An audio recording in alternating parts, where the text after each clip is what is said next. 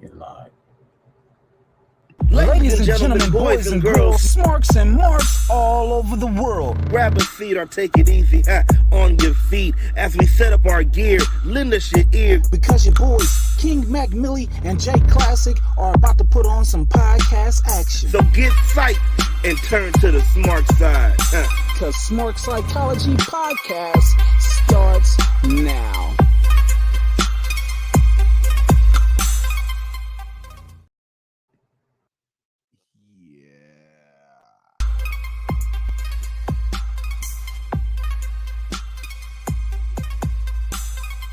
Ladies and gentlemen, boys and girls, Smarks and Marks all over the world. Grab a seat or take it easy on your feet as we set up our gear. Lend us your ear. Because your boys, King Mac, MILLI, and J-KLASSICK are about to put on some podcast action. So get psyched and turn to the smart side. Because Smark Psychology Podcast starts now.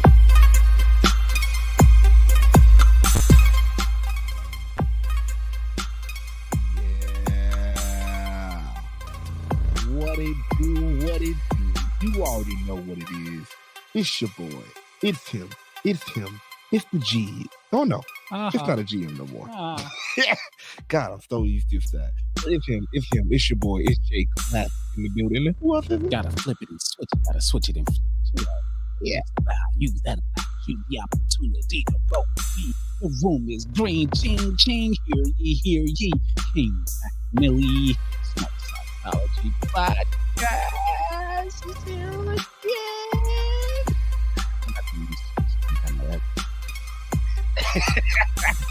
Yeah, get used to the non-echo, bro. I might figure it out. I'm gonna figure it out. I got to bring the echo back, but not the echo again. Why is that? All right, man.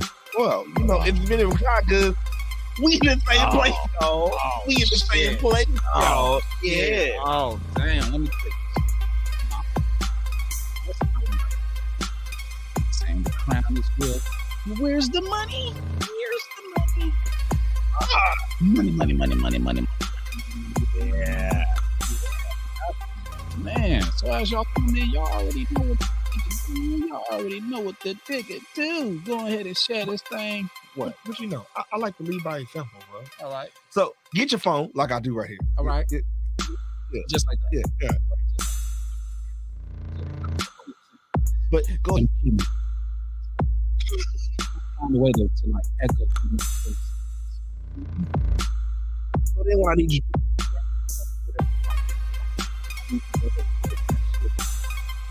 share it on Facebook. Of course.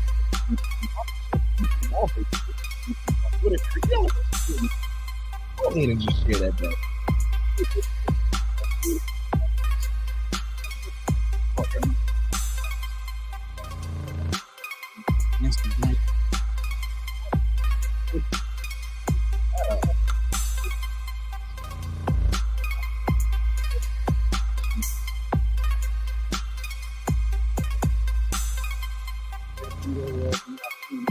Yeah.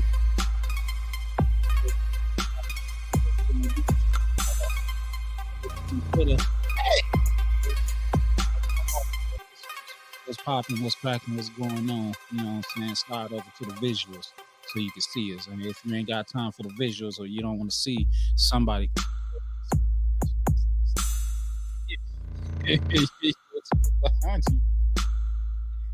What is I want to know.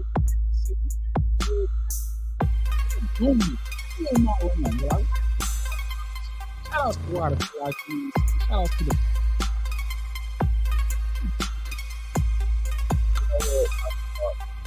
This is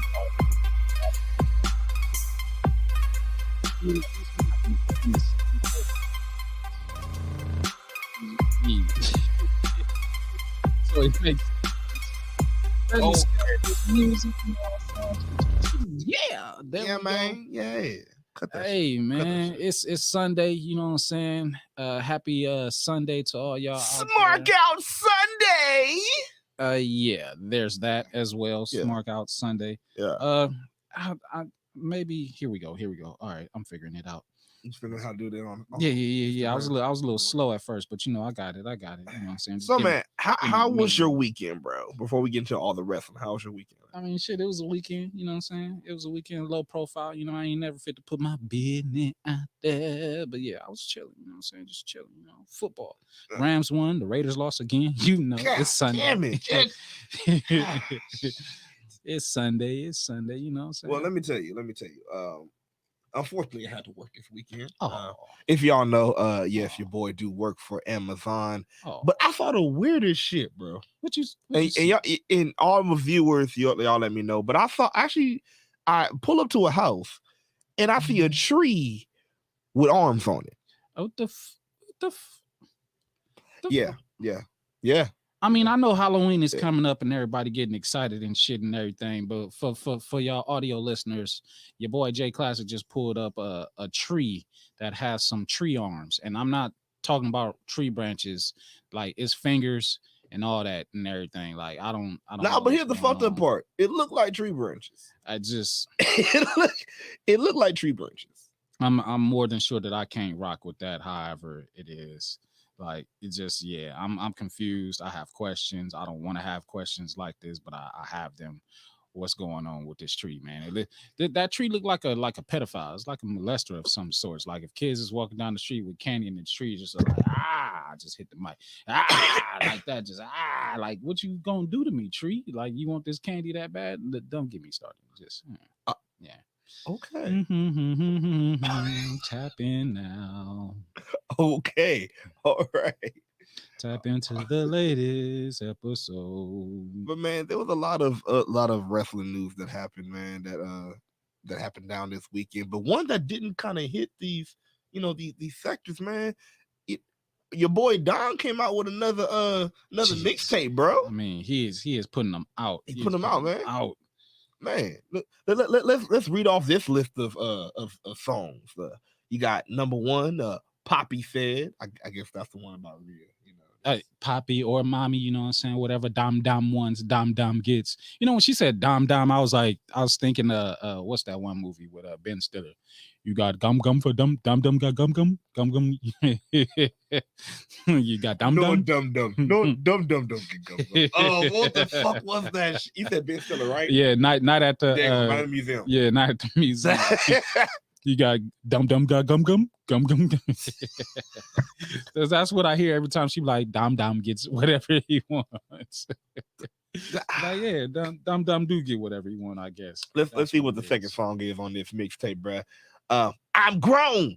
Yeah. The remix featuring Rhea. Yeah, you know what I'm saying? She probably on there like the Yin Yang twins whispering and shit, like she on that picture right there. You know what I'm saying? I really wonder what if she don't be telling them nothing? Like I almost came over to whisper in your ear, but then I don't want to do that. Don't do that. Don't do that. You got on headphones anyway. You ain't gonna be able to hear. Why would you? I'm trying to get to. Here we go. Not trying. I'm succeeded and post to your story. There you go. So if you're following us on Instagram is the only platform that we cannot stream live on for some damn dumb reason. But yeah, for all our Instagrammers, I got you covered. Just go ahead and click that link and go ahead and jump up in these comments. You already know what it is. What's the other number 3? Pussy whip. Yeah. Pussy whip. You already know pussy whip. Pussy whip. Pussy whip. Pussy whip. Pussy whip. Pussy whip. Pussy whip. Pussy whip. Pussy whip, pussy whip, pussy whip, pussy whip, pussy whip. Don be in the back like, yeah. I say that cat is wet. It got me pussy whip. Yeah. Then don't get me started. I ain't fit the freestyle on no pussy whip. Yeah, that's the pussy whip face right there. That's the yeah. But that's how I go. I heard them in the studio and I was like, damn, I gotta get on this shit, but I had to leave. That shit bang like pussy whip, pussy whip, pussy whip, pussy whip, pussy whip, pussy whip, pussy whip, pussy whip, pussy whip. That's why he's smiling like that. And then it went straight into the whispers. You know what I'm saying? Yeah, pussy whip was just an what they call that? Interlude. There you go. It was just an interlude, and then go into the whispers. They start whispering on the track after that. Like, so was that a pussy whisper? If a pussy ever whispered at me, it better have a wet mouth when it's doing it.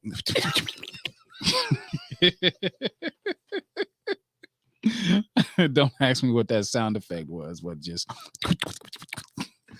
And So, what was that? A pussy whisper. Number 5 looks like we got Them Thighs. Now we have seen Dom be wrapped in them thighs before. So what do you think this song is about? Them thighs got me like wrapped around my neck like.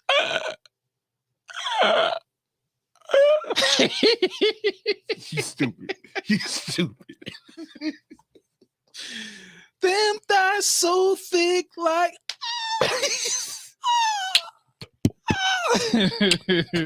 Keep it going. The squirms and the screams change every time he gets them thighs wrapped around him. It's just keep it going. How would them thighs like wrapped around my neck like.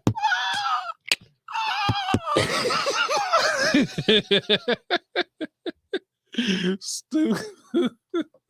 Hey, that album is a banger. Go get that. Go get that dom dom. Go get that shit. Go get that dom dom dom dom. Get that dom shit though. Dom dom dom dom dom dom dom dom dom dom dom dom dom. That's probably gonna be on the next album. Dom dom dom dom dom dom dom dom dom dom dom dom dom. No, yeah, all right. Don't hey, really? don't hey.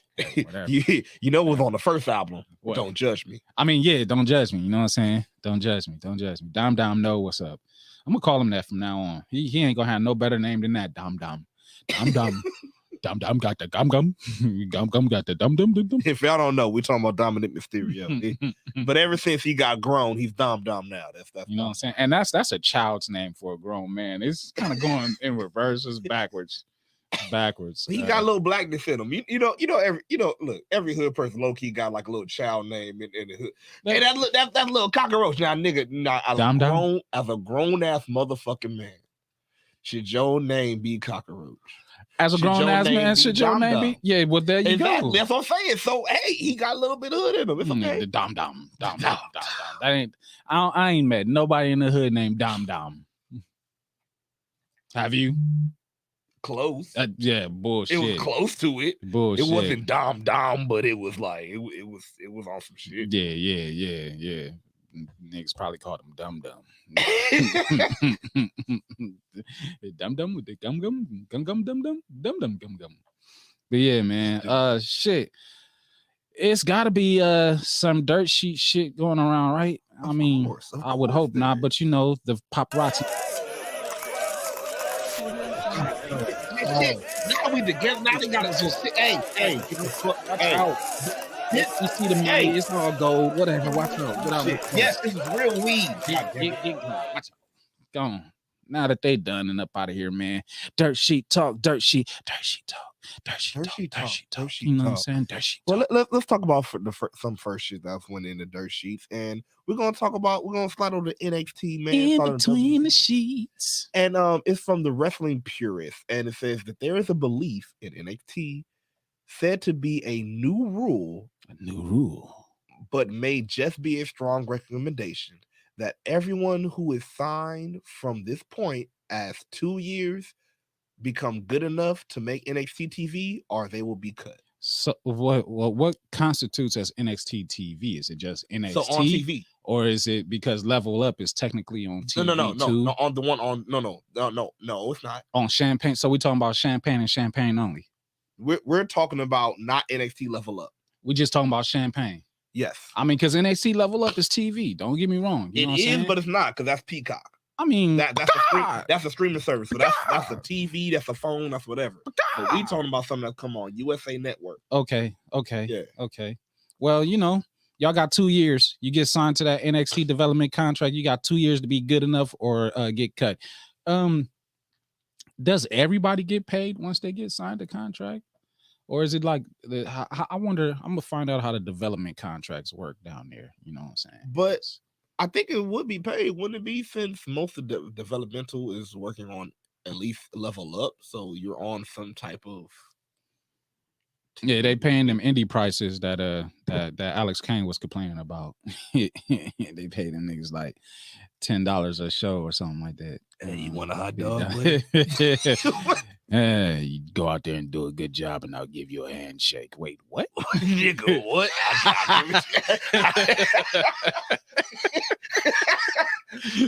Go out there and hit a couple of spots for me, and I'll show you where it's at. Like, what? What are you showing? Like, I'll give you the handshake in front of everybody too. I promise. Public handshakes go a long way. Haven't you heard? This is how we do. This is how we do. This is how we do it. But hey, y'all, put in the comments, everybody that's listening, everybody that's viewing, what y'all think about the new rule or, as they said, recommendation that is going down in NXT. That, hey, look. You pop champagne. Oh, what y'all think, man? Champagne NXT. Champagne. You know what I'm saying? But if y'all don't make it, y'all cut. Got a little bit of ivory up in that black and gold. Ooh, but think about it, because is Gable Steveson in the Performance Center, right? You know what? They trying to figure him out the best way that they possibly could or can at this moment. There's been no talks about him. Triple H was actually going to work a segment with him during last year's WrestleMania that never came to be. It's very confusing. I don't know how his brother is doing. I think his brother might be doing better than it. It's something that's not happening. And because he got drafted to Raw, right? Yes, actually. And he's never been seen. Been seen. Shit, well, that's fucking draft. Draft for what? Man. Draft where? Draft me. And I'll still be here, which is where everybody else is at, still in the same place. Well, technically not really, because the people that were actually on TV that got drafted to shows, they're being on other shows and everything. Kill the draft. Just murder the draft. Just murder it. Just look here. We already murdered brand supremacy at Survivor Series, so let's just murder the whole thing. I said the draft, not me. Well, you know, shit.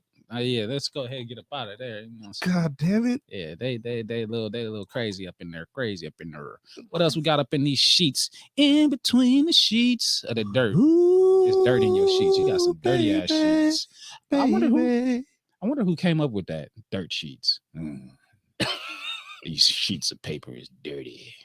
They ain't got nothing but dirt on them. Dirt sheet. Really? Yeah, I think of weird shit, man. Well, let's stay in NXT, man, because bro, come to find out that NXT, let's just say WWE period, okay, have a history of hiring some very unique, without lack of words, very unique wrestlers. Yeah. What the younger? I see we got comments, bro. Let's pull up the comments, man. Younger Skinny, what's going on, gal? She says that was me shooting at Max for talking all that ish on SmackDown. Yeah, we're gonna get into it. We're gonna get into it. She heard the gunshots, you know what I'm saying? She heard that 9mm. Pow, pow, pow, pow. But yeah, man, the WWE has always, made sure they really don't. It's really not a limit to who and how they hire. And come to find out that, and shout out to Taylor's version, Swiftologist. Is that your Twitter? Swiftologist. Swift. I don't know. Let me stop playing. Taylor's version. If you type that in with 2 parentheses, you got it.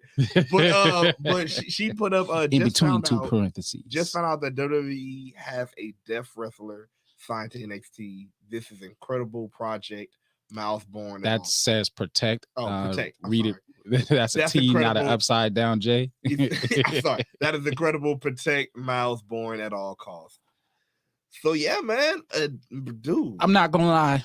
I'm gonna be transparent with y'all. You know what I'm saying? Classic brought this up, and before we came on air, and I had no idea about it. So I had to go level up real quick, and I hate that I said that, but I had to go pull up NXT Level Up to see what's actually going on. And my guy is talking, speaking, and working incredible matches, and he is deaf. Apparently, what you said, he's been deaf all his life, or it's like he learned how to read lips when he was 2. That's a brilliant mind. So pretty much with the story that we that we read on him. He since birth he had it was blood. It was blood not going everywhere in his body. It was a condition to his blood wasn't pumping everywhere. Right. It was supposed to be pumping. So, but the treatment that they gave him, really, sir. The treatment that they gave him affected his hearing, and that's how he ended up deaf. The treatment that they gave him had him feeling like he couldn't hear good, and that's what his mama told him. Feeling like he couldn't hear good. I mean, because when you lose one sense, you gain more of another sense. So if he could feel real strong that he can't hear real good, all right, keep continue. As I was saying, yeah, but he ended up getting being deaf as cause of the treatments, but he still found ways to just push through, man. The shit said that the man learned how to read lips at 2 years old. You don't learn how to read lips at 2 years old. Like 2. That's some beyond like bro. And to be real, watching the match between him and Andre Chase you, give me a C, give me an H, give me an A, give me an S, give me an E, give me a U. What does that spell? Chase you. It was a damn good match. It was, and he's an amateur wrestler, so he definitely has that within his ring get up and everything or whatever. Well, not the get up as in attire and things of that nature, but the way that he actually wrestles, he throws in all of those movements and things of that nature. But yeah, what you said they calling him possibly the next Randy Orton. They actually said he's that good in the ring, he could possibly be the next Randy Orton, or as some people would say, pretty much a deaf version of Randy Orton. I rocks with it. You know what I'm saying? I ain't too upset about it. I ain't too upset about it at all. Young Rich Skinny says, and who's the unique wrestlers? Let's list them. Well, you know what I'm saying? You go ahead. We listed one. Jesus. I'm scared that I'm about to say this, but Young Rich Skinny, you go ahead and throw in there who you think is unique. You know what I'm saying? I know I'm setting it up, but we'll see what happens. She also says, booyah, there we go. She says, not Project Child, them gunshots got them shook.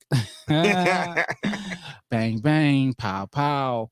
But yeah, go ahead and let me know who you think is a unique wrestler. I'll put one out there. I'll put one out there right now. Who you got?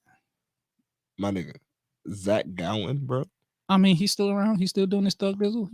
Once he got victimized by Brock Lesnar, I was just like, oh no, he was still wrestling after that. Well, to me, it was just like, here lies Zach Gowen, the one-legged, amazing superstar that used to be. Brock Lesnar abused him, threw him down some steps, maybe. Threw him into a ring post, demolished his other leg, just. I'm mad you added that baby. Did it happen? I feel like a lot of people got pushed down the stairs. Like, he was in a wheelchair, right? He was. I was like, what, 2003, 2004? I was in high school. I wasn't retaining stuff like that. It was a bad time. Oh, but God. Yeah. He got tossed down the stairs and stuff. He had no chance of stopping himself. Yeah, just wow, amazing. Did you see the video that his mom posted of him rewatching him getting victimized by Brock Lesnar when he got F5 into the ring post? Why would you put your mother through that? His mama was tripping. I bet. He was like, look, mom, F5, F5, F5. That shit good, like. Oh, Jesus, here she goes. Maxine Dupree says Young Rich Skinny is the greatest SmackDown superstar of our time. Will redefine what being a diva is. As Classic takes a smizzle on that. Young Rich Skinny. You know what, Young Rich Skinny? I'll say this about Maxine Dupree. It's something about her that makes me tingle just a little bit. You're titillated. Yeah, she titillates me just a little bit. I don't know what it is about her because she doesn't do much but just be there. I must say this. She done been to a couple of barbecues. That's what it seemed like. I can tell that you are a very big fan of the diva era. Because because she said the next diva. She hasn't said the next women's wrestler. She said the next diva. Who? Let me ask you this: And there is not a man out there that will not attest to this, but who was not a fan of the Divas era? That's what I'm saying. I'm not for saying all of the wrong reasons. No, but I'm not saying that. What I'm saying is, I can tell, young Rashida, that you are a big fan of the Divas era. Okay, but, young Rich Skinny. Okay, yeah. She loved Divas. Yes, but this is not the Divas era anymore. Yeah, not no more. That's the only thing. I'm like, I got at her on Twitter and I was just like, yo, what did I say? I say so much crazy shit to her. It was something along the lines of the Divas era or something like that or whatever, but I don't know. I forget. I might have to go look later. Young Rich Skinny says doesn't do much. She's done more than she's done more than Max Dupree. Look, I love mixture. What? Wait, what mixture? Wait, I didn't know we were cooking. I didn't. Jesus. Let's go some more dirt sheet talk, man. Let's go, man. You leave LA Knight or the returning LA Knight alone, because that's what's coming. Yeah. Well, yeah. Let's go to some more dirt sheet news. To Cody. Let's go to some WWE. Hey, Cody. It's a quote from him that says, "Honestly, it's amazing that we were back. Everything was rolling so fast. Then I tore my pec. It was like the best 3 months of my life. Hopefully, we can get back to that soon." Cody Rhodes on returning to WWE to the TMZ. So, man, you already know where I roll and where I stand and how I feel and all that and everything before we get into that. So just to connect that last comment to the next comment, Young Rich Skinny says, I love a mixture, in all caps, of wrestlers, in all caps, and divas. So you don't like women's wrestling? Is that what you're saying? And you just like women who just come around to look pretty and be pretty? I know that's going to upset her just a little bit because she's going to say I'm misconstruing her words, but it's her words. I think what she's saying is she likes divas and also she likes wrestling. She like wrestling women, and she like divas. She just like both. No. But mainly though, if they're fine, yeah, she love them. Oh yeah. That's what it is. She's up for the train ride and everything. Man, all that shit. She's coming for me. Don't be putting my business out there. Hey, put your business out there on Twitter. You know what I'm saying? I'm gonna bring it up on the Twitter and I'm gonna bring it on to the hill. But let's talk about it, man, and put in the comments what y'all feeling, man, about Cody Rhodes, man. Adrenaline in my soul. Here she go. I knew she was coming. Young Rich Skinny says, I didn't say all that. Please don't make me swing. Swing, girl. You're always trying to fight me. You're always trying to fight me. Always trying to fight me. Yeah, man. So a lot of people saying Royal Rumble. Definitely going to be it. Definitely.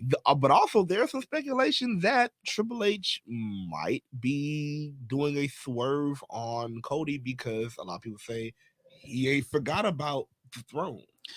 I mean, but what kind of swerve? Like, to be honest, as in bringing him in the Royal, but Rumble, but we not finishing this storyline of him getting his daddy title back. I mean, we'll finish it, but the thing is, I feel like perhaps if Triple H felt some type, we can't get that because Triple H is never gonna get back in the ring again.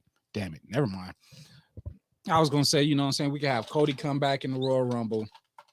And then have Triple H enter the Royal Rumble and eliminate him.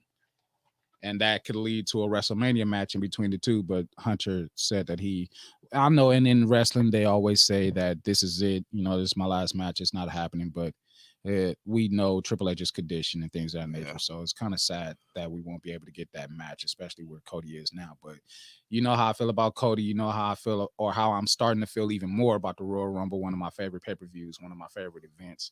So just the opportunity and the atmosphere for the Royal Rumble to be so great. Like I'm definitely here for it. I'm down for it. I'm always down for Cody. Mm-hmm. Come back soon, Cody. Come back soon, real soon. That's all I can really say. You know what? I feel like Triple H wouldn't be that petty if you know what I mean. Like, I know a lot of people say, "Oh, we know Triple H wouldn't forget." I'm like, this is a good ass fucking storyline, and everybody talk about long-term story booking. How can you get more long-term than this? This nigga's trying to get his daddy's title back. This goes back all the way past even fucking Attitude Era, bruh. This goes back to, you know, the golden age and beforehand. Come on, man. So it's like I don't want to just say it's just AEW purists, but I'm like, bruh, like it's like, are you that, you know, like thick headed to where you can't see how great that is and this storyline is? I mean, can it be that? It's you know, some marks out there. It's really some marks out there that really just, you know, some damn dummies, you know. They just dropped the S a long time ago. They never acquired the S to put in front of their M, and they just capital M-A-R-K with no psychology. You know what I'm saying? So, I see. Dumbasses. But anyways, like, there's people that's going to enjoy it. There's people that's not going to enjoy it. That's always going to be wrestling. So I ain't tripping. Like, give it to me. Pause. Just give me that funk, that sweet, that gushy, that gushy stuff. Give it to me. I'm a hustler, baby. Oh, I just want you to know. Oh, wouldn't let you know where I've been, where I'm about to go. Oh, what you want to do? I just want to love you. Young Skinny says Cody and Sasha should return at the Rumble. Indeed, they should. We said on a couple of episodes ago that Sasha and Naomi should return at the Rumble, but Sasha should come out first before Naomi comes out, and Naomi should get a larger pop. Not saying that Sasha doesn't deserve the pop that she would get or wouldn't get, depending on, you know, what arena and what state they're in and how those particular fans feel that evening. But I just feel like Naomi doesn't get as much respect as she definitely deserves. No, you definitely right. Like, even when it came to when she won the SmackDown Women's Championship, it was like, it felt good because it should have, you know what? It felt to me. Which time? The first time or the second time? Sad that I have to ask that. Damn, actually both, I would even say. And to me, it felt, I can compare that run or that win to the Big E win, because that's how it felt to me. Okay, that's how it felt. It was like, you know, you could do much better with this run, but you don't because of the constraints that you and now the fans have put on it. You feel me? So like, that's how I felt about Naomi. Like, same thing I feel about her respect. It's like, yo, like, y'all need to put some respect. Like, y'all not treating her like she a 2-time women's championship. Like, come on, man. And just to take it back just a couple of drips, you know, I forgot I had on this Cody shirt. You know what I'm saying? You know what I'm saying? Adrenaline. You know what I'm saying? Adrenaline. Shout outs to Ruthless Lala. You know what I'm saying? You know what I'm saying? You know what I'm saying? You gotta go ahead and jump on the Smark side. You know what I'm saying? It's been a minute. It's been a minute, sis. Where you at? Definitely. We're gonna make that happen ASAP. Because, you know, I used to be a GM. Well, you know. So I know how to do shit. I configured that you were like more talent relations than anything. I know how to do shit though. I know how to do shit. You know so no. I'm not telling. I will never take that job ever. No, because of who was there. I mean, no. Fuck it, no.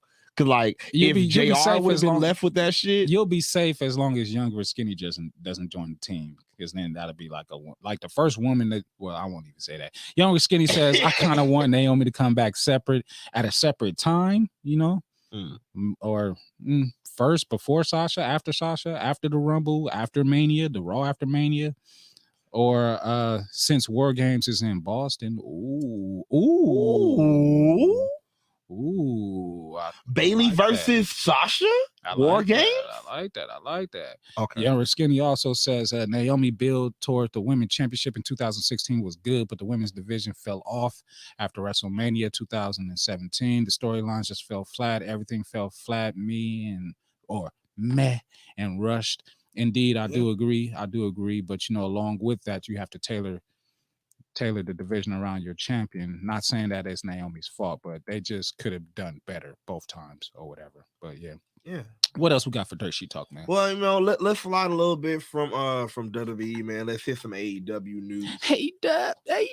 From the Wrestling Purist. Shout out to the Wrestler Purist again, Wrestle Purist. But it says, in addition to Malachi Black, a source within WWE also stated that They heard that fillers were sent out to Cash Wheeler and Dax Hardwood of FTR. FTEs are, you know what I'm saying?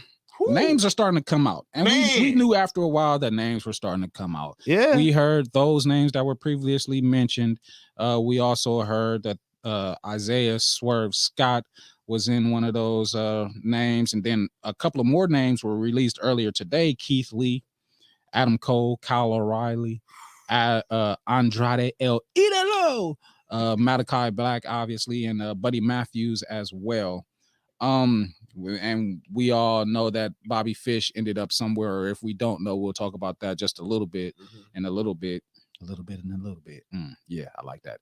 But there were reports out that he did his best to convince Adam Cole, baby, and Kyle O'Reilly to jump ship and go ahead and get up out their AEW contracts and go back to WWE with them. And they was like, nah, bro, we cool where we at, surprisingly. And I know, right? Yeah, like low-key, that really is surprising. Which is why he ended up where he was at. But maybe it's just they're not ready to jump back into that rigorous schedule, because we've talked to a few people who's been a part of that schedule, and it's just like, I kind of like how I got things right now, you know what I'm saying? Get a little unexpected break or whatever. The money is good, I'm sitting nice or whatever. I'm gonna take this time and just do things how I want. But you know, the thing about it though, it also fits, especially for Cole, because it's like, dude, your whole relationship is here in AEW. You feel me? So it's like, it kind of fits for him. You feel me? I feel it. I understand it. Now, yeah, Bobby, on the other hand, let's fish. Jump into that one. The fish. So come to find out, if y'all did not watch, the wrestling, all the wrestling that happened this weekend, y'all, Victory Road happened for TNA, and we have Bobby Fish in Impact Wrestling, bruh. Interesting. I mean, there's a lot of people out there that do not like fish. They don't like fish or fishy things and fish and all that stuff. Yeah, but in this atmosphere, Bobby Fish doesn't have that many fans. There's a lot of people out there that says that he cannot swim alone, that he needs Kyle O'Reilly, that he needs Adam Cole. By himself, what is he all about? And I can kind of see that. Not saying that he can't go in the ring, but by himself, I don't know if he has the charisma or the character to be able to be that type of talent in the industry. But he said legit 6 million times, and partially looked some type of legit, but with his injury toll and things of that nature, who's to say that he'll get in there and excel? I never want to knock nobody down, but I'm up for it. You know what I'm saying? Let's see what Bobby Fish is made of. Let's talk about his words. Because he had a promo too, when he came out. He didn't just come out and be like, hey, I'm here, and then head out. Yeah, nah. He grabbed the mic, and he said he's one of the most legit, and he's one of the most proficient, legit proficient people in this business. And so and if anybody want to fight, anybody want to fight, they can get it. You get these now fans. You can take that as he meant Impact, but look, I mean, well, that was a report. He was sandbagging the shit out of CM Punk. Like, obviously there's the beef there, and he was explaining why he kicked out at 3.1 of CM Punk's finish, which is not his finish, because that finish belongs to Hideo Itami, who could not use the finish that he made up because somebody stole it and claimed it as their own and things of that nature. You know how that goes along. But he's like, CM Punk is a shit ass, which we all knew, and it disappointed me when I found out, but he's a shit ass MMA fighter. He can't really go in. Bobby Fish is an actual MMA fighter. He trains in that and everything of that nature. So it's just like, bro, like, I'm not about to sell for you because you can't rock how I rock or whatever. The beef is there somehow, some way between Bobby Fish and CM Punk, but right. Just in between him no selling CM Punk and then just dragging his ass, and how CM Punk is getting dragged by the whole damn nation and wrestling. And then how he said he wanted to fight CM Punk. Yeah, in a regular match, which we know CM Punk is not about to like step in the octagon of any sorts anymore. after the 2 times that he did. Boy, did he break. Remember when his ear was bent? Nigga, he broke my heart. It looked like an elf ear. It was like this. I'll never forget his first match, and I was talking him up like it was about to be one of the greatest things because of what Brock Lesnar has spoiled me. Oh, you made that mistake. Yeah. Oh, I didn't do that. Man, shit. I went to Dave and Buster's or whatever. I had on my CM Punk shirt. I was turned. I was getting drunk. Boy, when I tell you I walked up out of that Dave and Buster's, I was upset. I was hurt. I was mad. Let me tell you what I did. I woke up, then I looked the fight today. Looked at my phone, put it down. Did what I did for the day, then looked at my phone and said, and then put that shit down. Like, I did not hype that shit like that because I knew there had to be some. Look, Brock Lesnar is a one of one, nigga. I mean, I feel like he shouldn't have lost his first match against Frank Mir. He panicked and he tapped because, you know, things was getting spicy after that. I feel like he could have yanked his tree log leg from out of Frank Mir's grasp and he'd have been cool. But, you know, that's a conversation for another time. Young Rich Skinny says, sir, what? That was not gonna happen. Sir, if you look at it, he was this far from getting out of that leg lock. I'm glad I'm in the same room now. I'm not taking nothing away from Frank Mir because I fucks with Frank Mir. You feel me? But I feel like if Brock would have had one more tug, he would have got out of that with the freaking nature that Brock Lesnar is. He would have just snatched it. He probably would have broke his shit some type of way, but he would have snatched up out of there. But he didn't really get. It didn't happen. He tapped. We're gonna let your belief be your belief. He was beating Frank Mir's ass before that. Like Frank Mir was looking like that dude that I beat up on Hollywood not too long ago. His whole face was bloody. I was just like, shit, Brock. Anyways, Young Rich Skinny says the superstar shakeup messed her reign up, talking about Naomi's title reign. She also says, Lord, don't get me started on duct tape neck lady. I don't know who duct tape neck lady is, but I'm sure we're going to find out.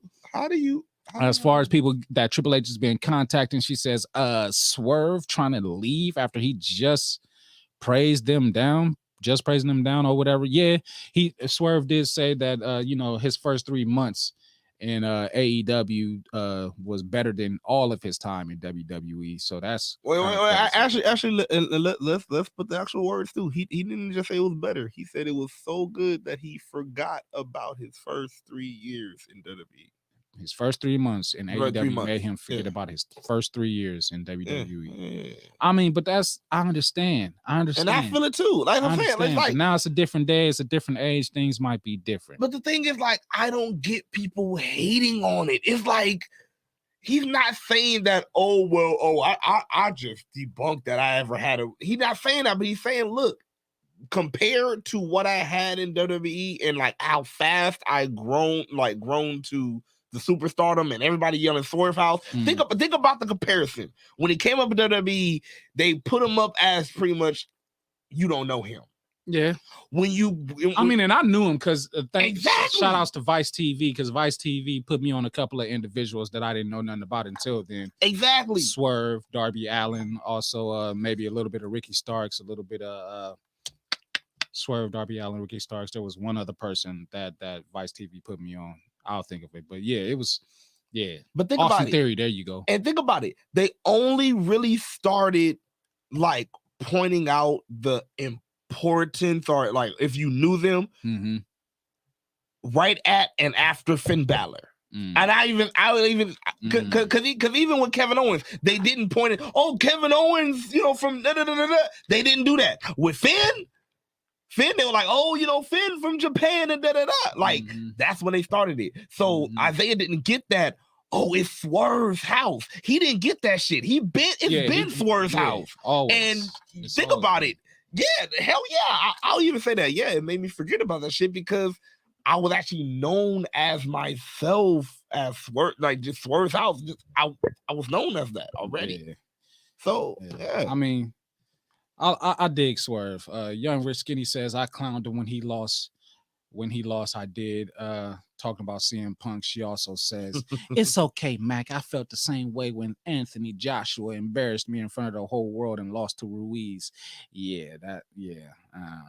How much more dirt sheet talk we got to talk about, man? Oh, we got a bit more. We got a whole lot more to get into. We got a little bit more. I'll just say one shout out since we're on Impact. Shout out to Raven, man, getting the Hall of Fame introduction, man. You know. Shout out, man. So, I asked you before this, and I know you can't think about it. You said, but I'll tell you why though.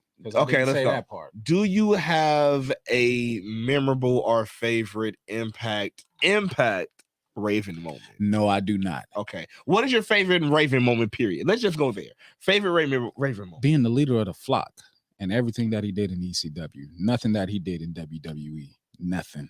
Maybe his Johnny Polo stuff earlier before he actually became Raven. Because, he was a little obnoxious. Did you just... I did. Just go to the first floor.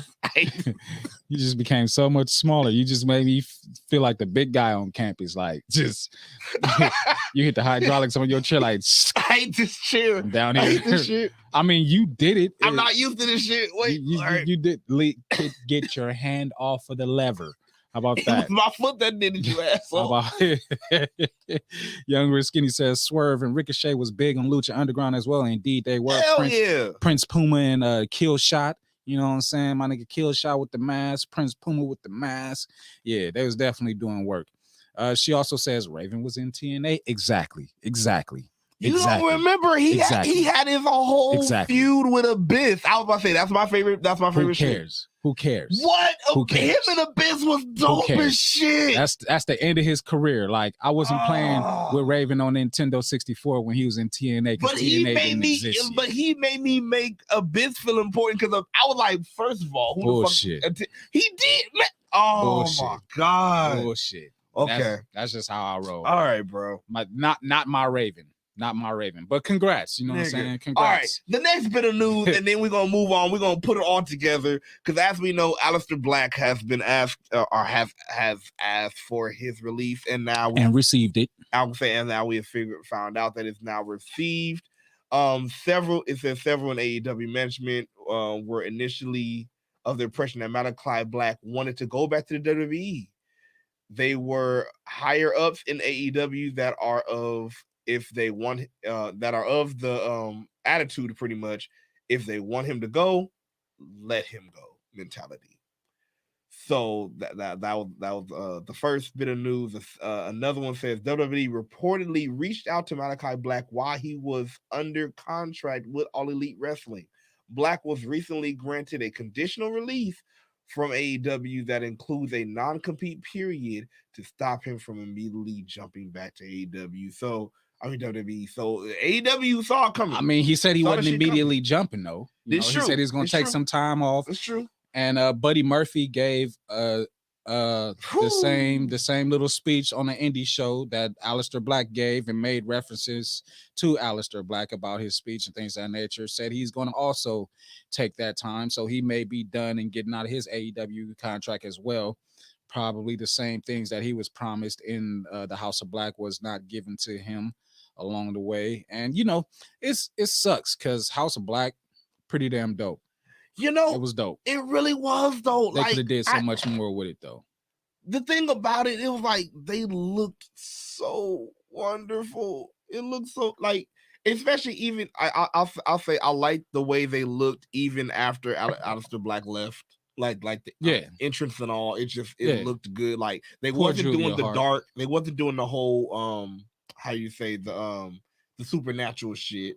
They wasn't going dark and then going straight. They were like just walking, looking like badasses down the ramp, and that was just so Jesus Christ fucking. I can't wait to get to that. Like let's save that so we can get to that because I got some shit I gotta talk about that real quick. I don't know, just I got some shit. Most definitely. Let's hit it, man. Let's hit it. But that's all we got for Dirt Sheet Talk, man. Let's get out these goddamn Dirt Sheets, man. Oh man, let's get out these goddamn Dirt Sheets, man. Let's get out of here. Can we please? I mean, we got to make our way outside though. First, I know they out there. Fuck, I know they out there. Just got.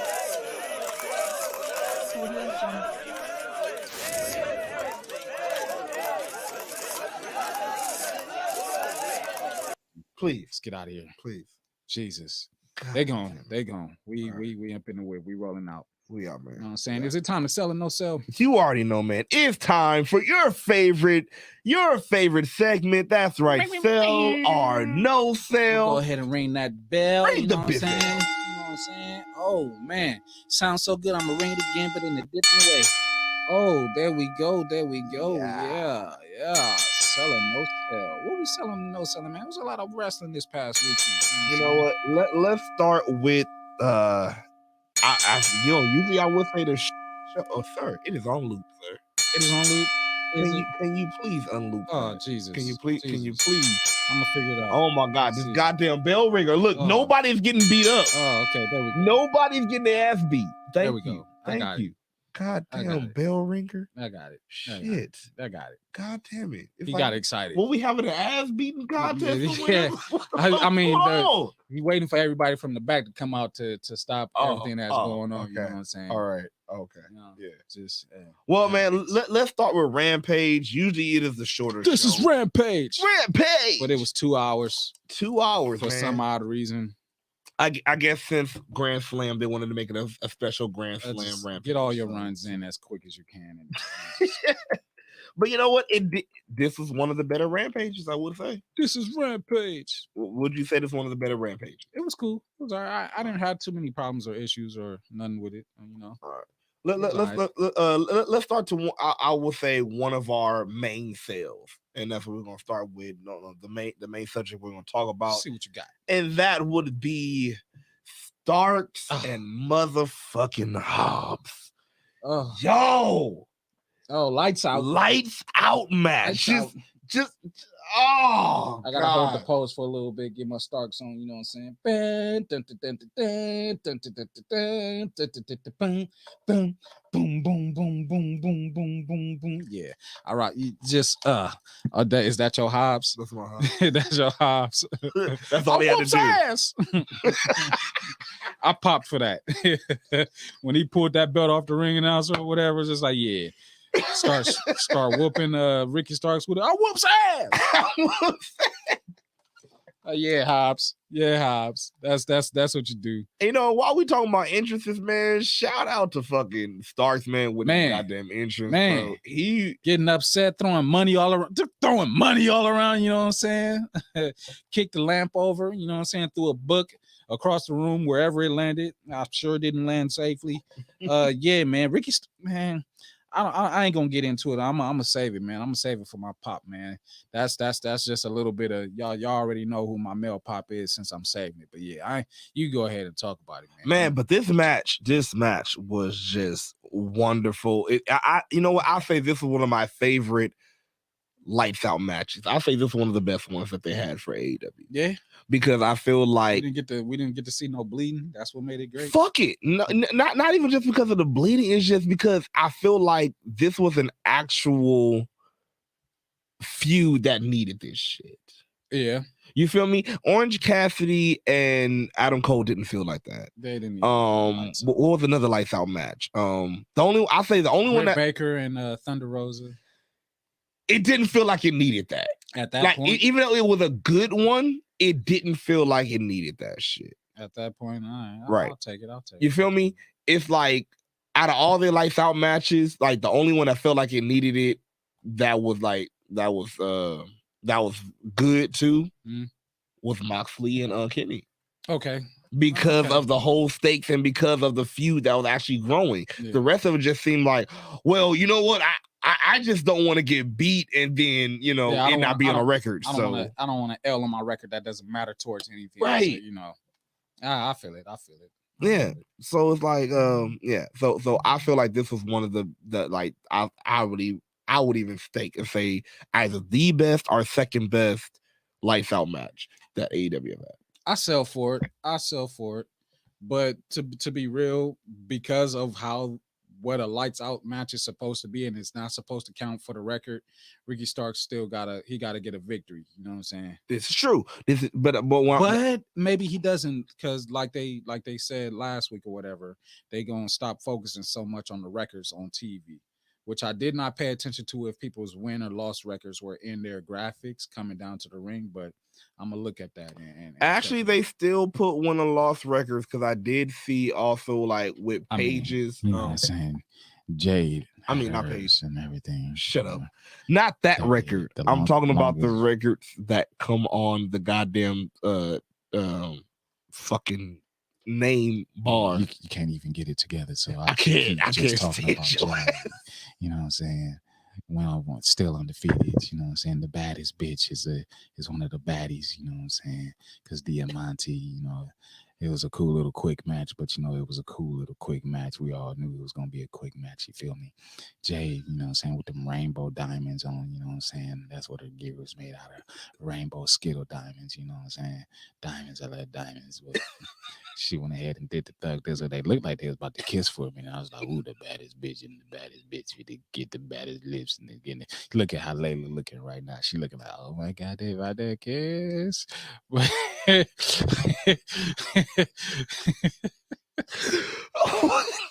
the fuck are you going through, bro? Like, I'm sorry, I can't even hold this shit. Like, I'm here actually in the room with you. I gotta wonder. It's a different vibe and a different feeling now. What the fuck are you going through, bro? It's man, it's powerful, man. Now you get to feel it personally. Pause. It's whoa. To all of our listeners, I ain't feeling shit. It's a whole strong thing right here. Like the vibe. The vibe is real. I ain't feeling no strong shit at all. The vibe is real. You saw how close I got to the mic. Yeah, I get the feel from 92.3 the beat voice on and Jade and just Jade. I can say Jade like 24 times and make a point. Motherfucker, you sound like Kevin Nash from KJLH. Yes, Jade had a match, and yes, it did not last long, but we did have a intro from Trina. Are you selling or no selling for Trina then, bro? Shit. I know sell for it partially. I mean, just like Young Rich Skinny says, what the hell was Trina doing on AEW? Somebody called Kia and wait till she find out about the gag, yeah. Wait till she find out she about to gag the life out of that woman. Ooh, Jesus. Oh yeah, no, there's a beef. There's my a neck, my back, beef. my CN, my crack. So are you? So you say selling for Trina? I mean, yeah, because Trina could at least cost Diamante the match, or she came out with her, but she didn't walk all the way down to the ring with Diamante. She stayed on the stage and then magically disappeared or appeared at ringside once Jade had came out. I thought it was going to be like an immediate switch, like on stage, like I'm going to stand here, and then when Jade come out, I'm going to walk down with her. Just be like, oh my God, that would have been a little bit of something, but we didn't even get that. It was just, okay, Trina just magically appeared at ringside from at the top of the ramp because she didn't walk down there. She must have ran down there real quick when they said a storm was coming. You know what it was? What? That was Diamante's test to see if she's a bad bitch, and then since she wasn't a bad, because he wasn't gonna walk with her if you wasn't a full. Like, I don't even know if you're a full bad bitch, so I'm not gonna walk with you if you're not a full bad bitch. And then you claiming my fucking state and shit. Like, no, you're not gonna do that shit, and you're not a real bad bitch. So she was like, you know what? I'm gonna just no, you go ahead. I got you. And then when she lost, she was like, get your fucking simple ass out of here. Yeah, did she slap her or did she like push? It was more like a push. It wasn't a slap. Like it was more like a. She did like one. Yeah. No, don't you do it. You fucking do it to me. God damn it. Get your goddamn hand on my face. she did like one of them. She gave her That's what she gave her. But yeah, it could have been better. It just felt like whatever. Like, okay. Like, it no sell. It could have been a better moment, but Jade is still undefeated. And Young Rich Skinny says that Trina must have learned from Eva Marie because that slap. No wonder she uses weapons. Did you just like turn your head slowly at me like it was a cartoon character? Like my peripheral from behind the shades, I just seen you just like. Yeah, that's what happened. I thought he was gonna keep going like like a rotisserie neck, chicken head. Hey, that's gonna be the new one. It's not gonna be chicken head no more. It's rotisserie neck. You want your rotisserie neck? What's up, you rotisserie neck? That's gonna be it. What that mean? Chicken. Hey man, let's get to some more sell or no sell, bro. Are you selling or no selling? Action Bronson and goddamn. Did you see the report that he said that he has a no bump contract with AEW? You can tell. Did you see the match? I mean, he didn't bump for shit or not nobody. A goddamn bump. He was like, bump what? Nigga, bump that. Even his pounces, if that's what they were. I guess that's what they were calling them, was pounces, or he's just running through people. Like, okay, yeah, you want to get in the ring, but like, fuck, I hate that I have to say this, but not everybody. Well, yeah, I'll say it. Not everybody can be a Logan Paul, or even better, a Pat McAfee. Or even a Bad Bunny. The nigga still did shit. You said it. The nigga still did shit. I'm sorry. Yeah. He even still did shit. I'm sorry. You look. I'm sorry. Yeah, you don't want to mention it because of the Tarpa star, whatever he is, or whatever that. But still, the type of star, or whatever. But he still did shit. If you gonna mention somebody, let's say a Drew Carey. I mean, Drew Carey didn't do shit but just get in the ring and piss his pants and then get eliminated. But you know what? Kane. But here's the thing. That's even worse than Drew Carey, because at least Drew Carey still bumped. He still took a power driver from fucking Kane. Pete Rose took a power driver a couple of times. Pete Rose is better too then. So Action, where did it, bro? Action had no action. He just had some, I'm going to run real fast and I'm going to run through y'all and y'all fly all over the place. And then I'm going to tag Hook in so he could, he's a little big man. He didn't even give me big man vibes doing big man moves.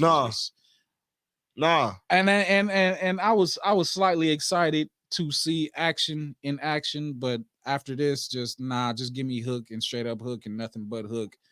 I hope we don't have to see Action in action. How did you feel about the double red rums? The double red rums? Yeah. Yeah. I only saw Hooks. So well, there you go. I only see one person in the room. Two people actually. Actually, the other who is that? Daddy Magic, that on the other end. Yeah, that look like Daddy Magic, right? Yeah, he's crazy for laying like that because nobody is holding him. Like, that's crazy. That's crazy. He busted the ricochet in that one. Ain't nobody here, but I'm selling. I fucking hate you. We gonna talk about that shit later. I hate you. We're gonna talk about that shit nobody later. Here, but I'm selling like a motherfucker. Oh man, let's talk about the other match from Rampage, man. That I want to see if you know selling or no selling, and that would be the House of Black, or the remnant of the House of Black, as we just talked about the news with Malachi and Buddy. But yeah, I got one question. Okay. One question on. First of all, no, I got more than one question. I'm sorry, because when I thought I had one question, another question came to mind. And that other question was, is Darby Allin a spider monkey? Like, why he always jumping on niggas and like trying to like bite them from behind and pull their ear or whatever he's trying to do.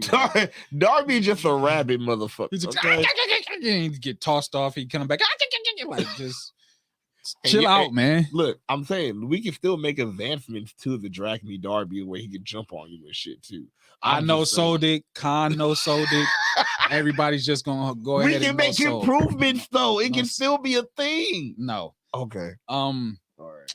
Why is Sting still undefeated in AEW? Why is he being protected so heavy?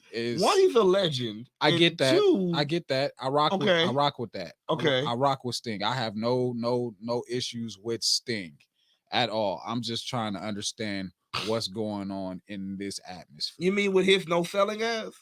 I mean, that's the Stinger. That's the old Stinger, should I say? Or not the old Stinger, the new old Stinger. So it's like, so what else then? Like, is it supposed to mean something when he finally loses? And when does he finally lose? And who does he lose to? Darby. Is all that I'm asking.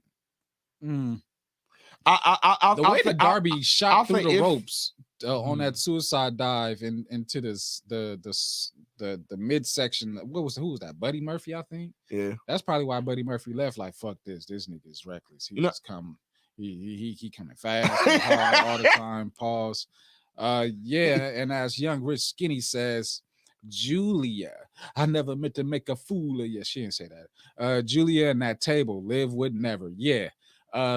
Julia, the way that she went through that table after we saw the great Muta make his AEW debut, even if it had been a one-time thing. Great Muta, good to see him and Sting in the same ring. Great Muta is on his last run as a wrestler, you know what I'm saying, doing anything and everything. And I heard that Sting is going to be a part of one of his last matches. Didn't really dive too deep into that, but great rivals in between Sting and the great Muta, who I remember to be jet black hair, you know, stringy with the face paint, whether it was black and white or whether it was red and white, or red and black, because sometimes he went down that round with the red Tajiri pants on, or should I call them Muta pants, and the mist and just the kicks and just the fingertip. Like, I was a great Muta fan for real. So that was a moment, definitely a moment. He still walked the same. It's good to see him still doing his thing, but he's on the last run.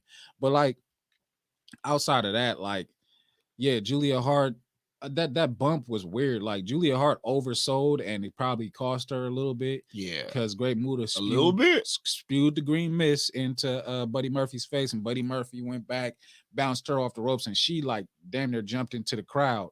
That's why she missed the table like that. Like, so like her ass broke the edge of the table, and then her head hit the cement. Like, and I was just like, oh shit! Like, that hat wasn't no helmet. That wasn't a Mountie hat at all. Like, that shit looked like it hurt. So I felt bad for baby girl. I feel bad. Like, and as Younger Rich Skinny said, Liv would never, because, you know, Liv went through a table. What Liv did. Yeah, she went through a table too. But you know, but also, I'm not gonna lie, I felt a little betrayed.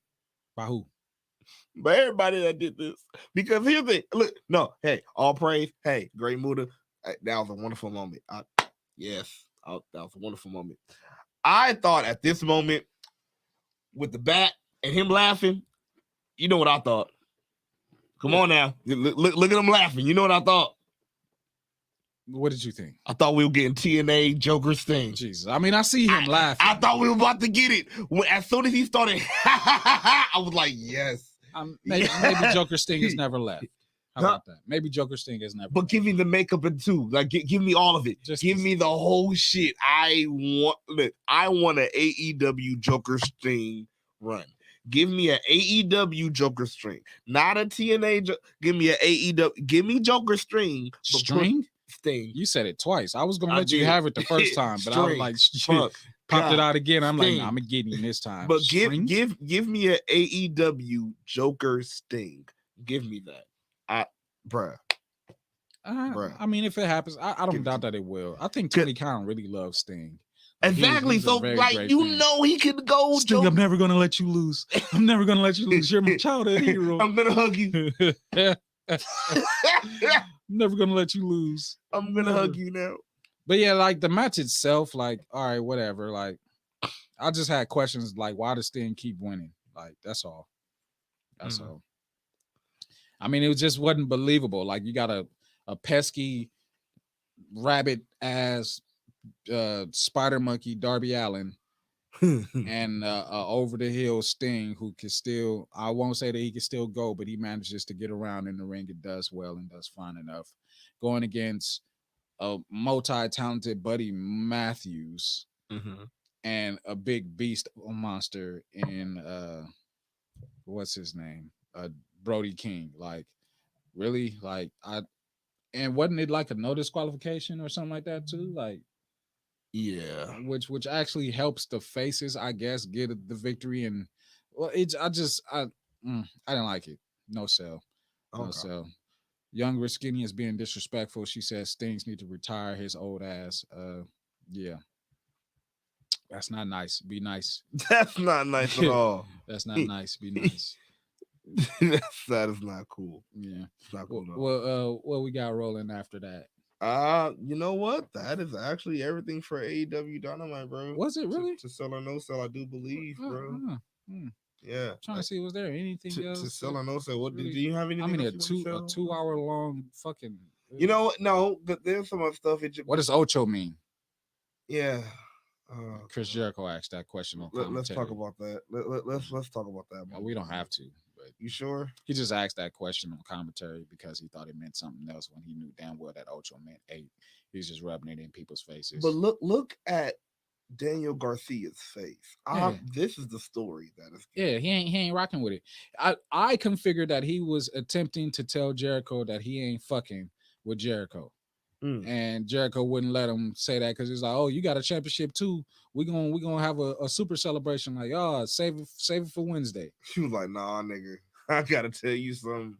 He ain't listening. He need to listen." Yeah. Young Rich Skinny says he almost busted his head on that table. Don't he got grandkids?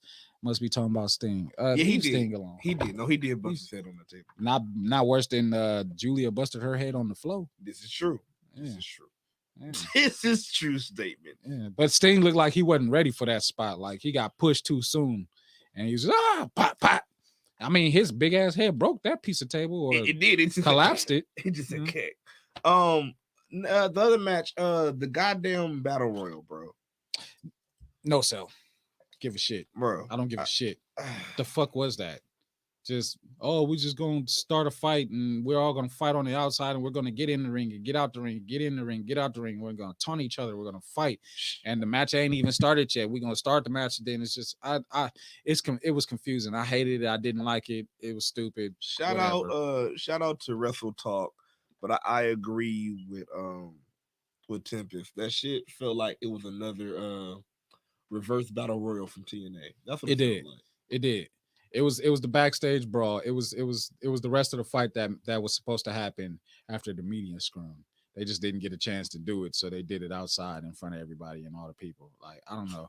Maybe they did that to stop the rest of the crowd from leaving because it was reported that half of the crowd had left during Rampage because they just got too much AEW in one night. Yeah, no, they said by the time, even though we're giving it so much praise, they said by the time it got to Starks and Hobbs, motherfuckers are getting up. Shout outs to that crowd for popping for Starks the way that they popped for Starks, because that was a big ass pop. And you know what? I'm gonna lay off of it because I got some praises for Starks, but I'm gonna save it till later. Anything else you got from Rampage? I think that's it. Younger Skinny says Julia is younger. She can take it. She definitely can take it. Okay. Okay. Younger Skinny says Tony Khan reminds me of the UWF owner. Yeah. I'm just gonna go ahead and let that another moment I want to mention from the goddamn Battle Royal. Yeah. Your favorite person. My favorite person.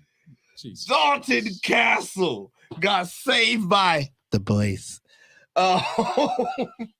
Yeah, man. Yeah. You want to talk about your boy Dalton? The peacock. You want to? Hey, King. First of all, lay your fingers not amongst my crown. You want to talk about the peacock? Do not touch, or one of the lions will gladly bite your fingertip off. You want to talk about? No, I don't want to talk about Dalton Castle and the boys. You sure? I'm positive. I'm more than positive.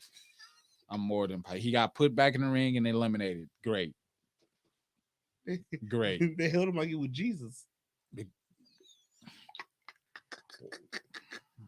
You ready to sell on no sell Smackdown? It could at least been like ass to ass, pause, and carrying them, but they was like nuts to cheek. Like, I just you ready? Are we moving on? You ready to sell on no sell Smackdown, yeah, bro? We can do that. All right, let's go to Smackdown. But I think our main, and I think we both can agree on this, the main sale that we have for all of SmackDown is the goddamn storyline of the Bloodline. Oh shit.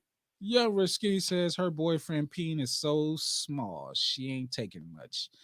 Yeah, talking about Julia. I'm not gonna ask who her boyfriend is. I don't care about the size of his peen. What? So Sammy, go ahead. Close your mouth.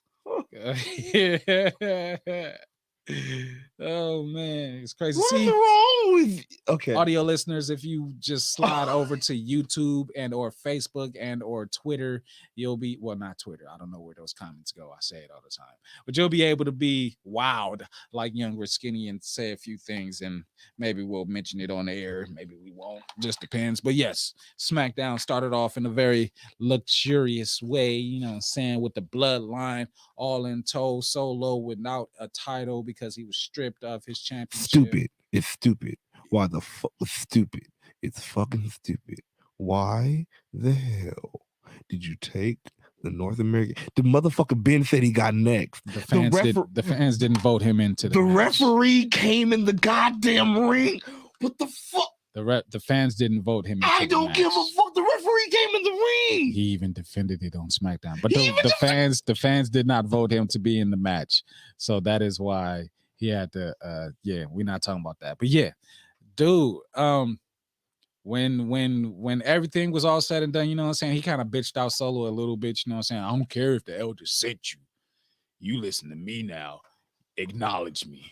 I acknowledge you, my tribal chief. He was like, word. That's all I gotta do. Word. Sammy was like, I would also like to acknowledge the tribal chief. Just want to say thanks. And Roman Reigns is just like, why are you talking? Why are you talking right now? Like, for real, why are you talking? You know what? Take that shirt off. Take that. Why do you have our shirt on? Take that shirt off. That's not your shirt. Take that shirt off. You got Jay in the back on. Take it off. Take it off. Take that shit off. Take that. And Sammy's like, see, you're not listening, Jay. Jay come out quick and snatching shirts off. Jay, you did that too quick and too proper, man. Jay was ready. He was who else? You be snatching shirts off of dudes? Like, you just no struggle whatsoever. He's take the shit off. It was done. He was angry. He was upset. He was like, finally, Roman, finally, yeah. And then, you know what I'm saying, Roman went on to say, you will never be bloodline. You never wear that shirt. Never wear that shirt. Don't you ever put on a bloodline shirt ever again.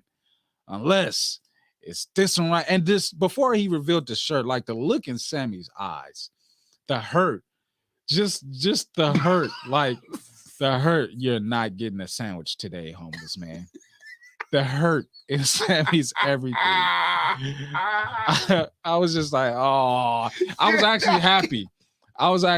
Because I was like, yeah, we getting the story progression, but I'll take this as a subtle tease for when it actually does happen. Because you're not getting a sandwich, homeless man.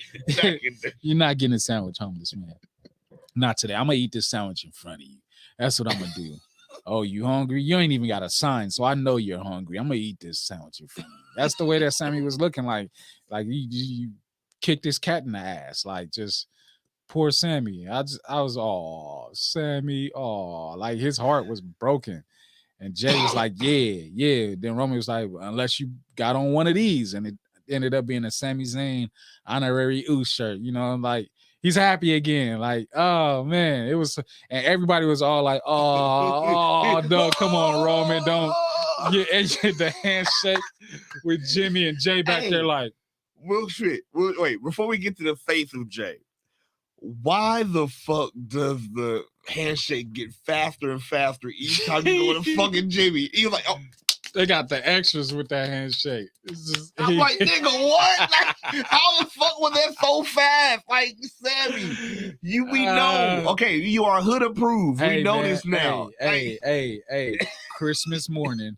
Not even at 12 o'clock when you get to open your first gift and you open up the biggest one, but it's always one that's smaller than your biggest one underneath that tree that really gets you to pop that morning. But you wake up that morning, you open up that joint, that was Sammy here. He was just like, oh, this is the best gift. Like, oh. You see the way you put it on? You can't tell me nothing. You can't tell me nothing. I'm excited. I am excited. That is all.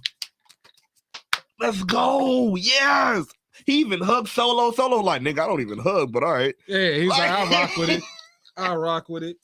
I was just like, man, like, Jesus. But Christ. Jay, the face of Jay, if Pisstivity wasn't a face, like, nigga, if... Just, yeah, the disappointment. He's, what the fuck, Oos? Like, Like, he's just like, after I ripped this man's shirt off of his body like that, and this is what we doing? Like, really, Oos? Really? He was upset. He was upset. He was pissed off. Oh my God, the face. You know, we got so many retweets on our tweet about his face, bro. Oh man. Oh God, it was hilarious. Check it on Twitter, bro. Just hey, even if you put it in the comments, bro, what is Jay's face saying? Like, put a caption to this face, bro. Like, it's crazy. No, this bitch didn't. He'll never say it out loud. He'll never say it out loud. What if he do? Because look, here's the thing though. This has been my Oh, he eventually, yeah, he's gonna say it. I love the story. I love it. This is gonna be my what if. What if the whole destruction and the lead to the destruction of the WrestleMania, whatever, you know, like when Roman loses or whatever.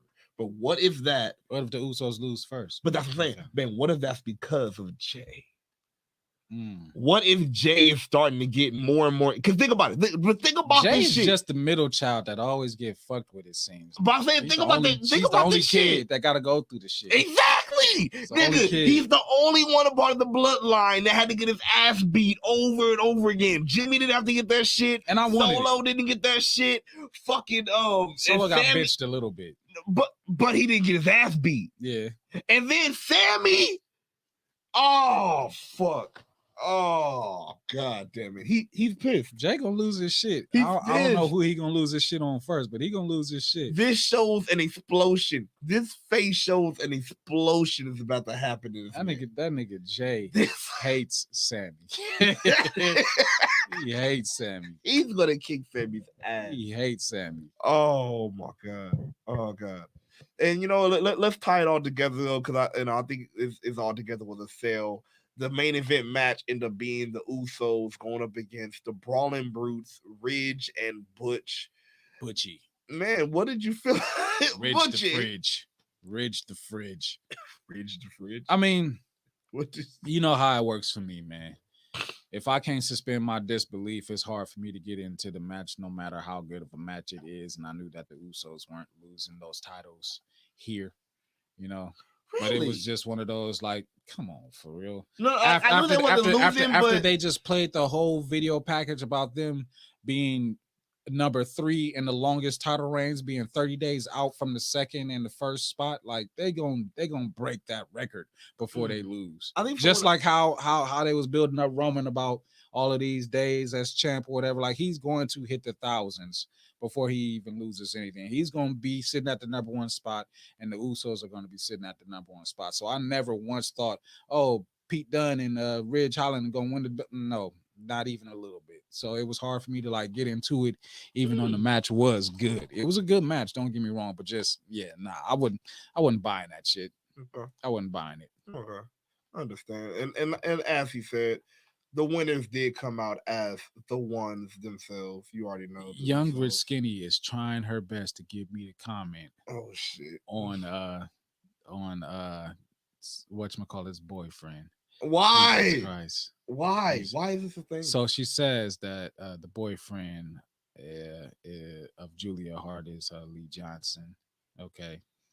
And she says that we will not do this. He says we won't do this. We won't do this. That his penis is 9 inches and it's only 3. Wait, hey, we won't do this. We won't do this. We're not gonna do this. So next in we're not gonna do this. No, sell the firm. The firm is the firm. No, sell that. Wait, whoa, what?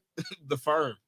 That's what he's Lee Johnson, right? No, Lee Moriarty is a part. Oh, Lee Moriarty. Oh, Lee Johnson. If we're talking about Peen or mentioning Peen, and you talking about the firm, I'm talking about the firm, the fashion. Yeah, the asshole. Yeah, shut up. Yeah. So okay, next sell or no sell. You know, since Young Rich Skinny is here, I know she's gonna agree with this. But are you selling or no selling Liv going extreme?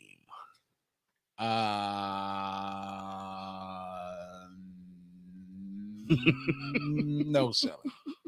I'm no selling. Yeah, it's just trying. At this point, it's like you're trying too hard. You tried so hard. I did. Only because I know like Young Rich Skinny is here and she's gonna feel some type of way or shit. Like that table spot. I thought she broke her ankle. Like the way where they set that table up at and everything, and how she came down and she was this close to smacking the table with that left leg. Sir, I need to know what cameraman caught that undershot. I mean, she ain't got on the tights with the zipper no more, so there was that. I guess I don't know. You had to you had to get like the falling into the picture shot. Like, let me try to put. Yeah. Was that Lacey Evans's face? She was SpongeBob, and like, oh my God, the cheeks is coming. The cheeks is coming. Like she's on its way. Yes, please. So did this face make you feel like she was extreme? No, I thought like, first of all, what was the broom for? Is that like an Easter egg or something for Bray Wyatt or whatever? Or I don't know. But pull the broom out, never use the broom. That table was too close to the announce table. I really thought Liv Morgan had fucked her leg up. Like she kicked the table on the way down. What if she did? She might have. I know it hurt if it did. Like it just, I don't know. That's why that was her face. Her face. She's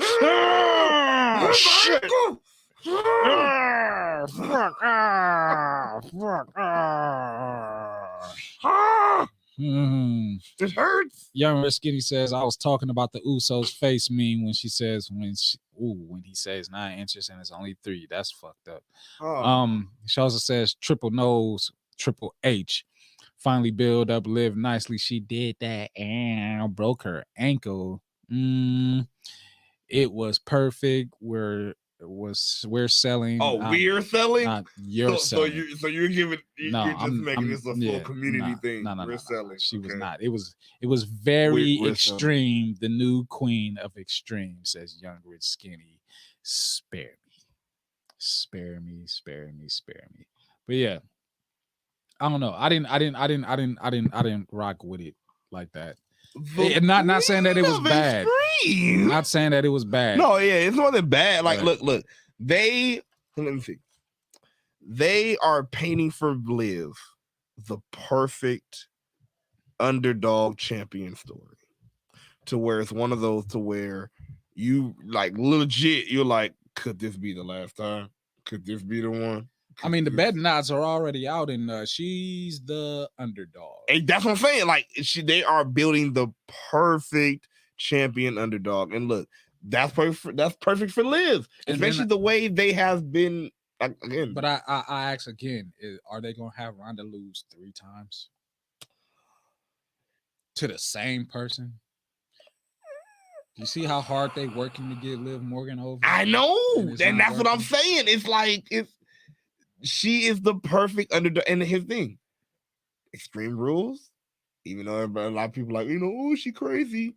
It gives her the perfect out to get another win and do some crazy shit and then get a win somehow. That's all I'm saying. So they're building out the perfect underdog, always find a way champion, and I persevered to getting my ass beat. That's what it is. Because here's the thing. Even before we go to the comments, think about this. Really think about this shit. Think about the match between her and fucking what was goddamn shit. Goddamn Patriot. Goddamn. Shit, what's her name? Lacey Evans. Think about the match between her and Lacey Evans. What fucking part of that match was extreme?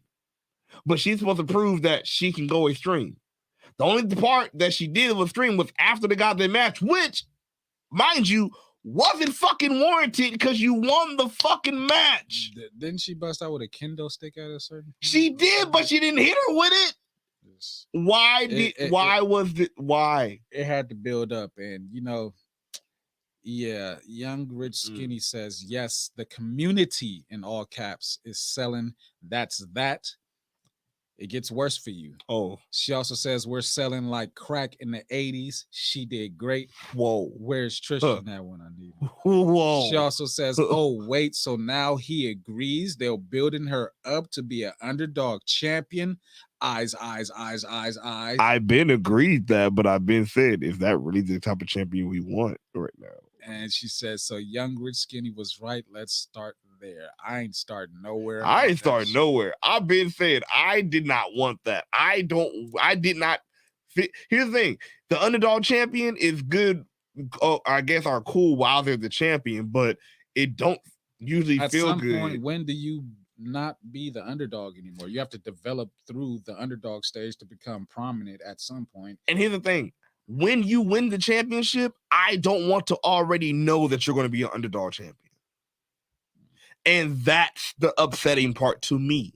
I didn't want to already go into this already knowing what type of champion you was going to be. Already knowing, oh, you were going to fight for your life every time.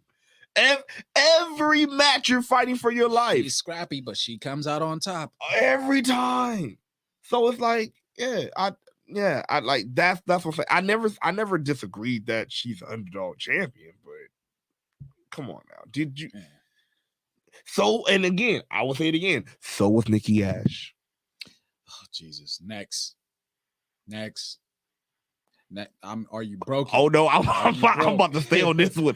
So was Nikki Ash. So if we're gonna stay on this one, we're gonna say that Nikki Ash's title run was a good one too. And we please not. Okay, all right. Okay, you don't want to? No. Okay, well let me know. Are you selling or no selling for Braun Strowman versus Otis? Look at the tail of the tape, bro. Look at the tail of the tape. Man. Look at that.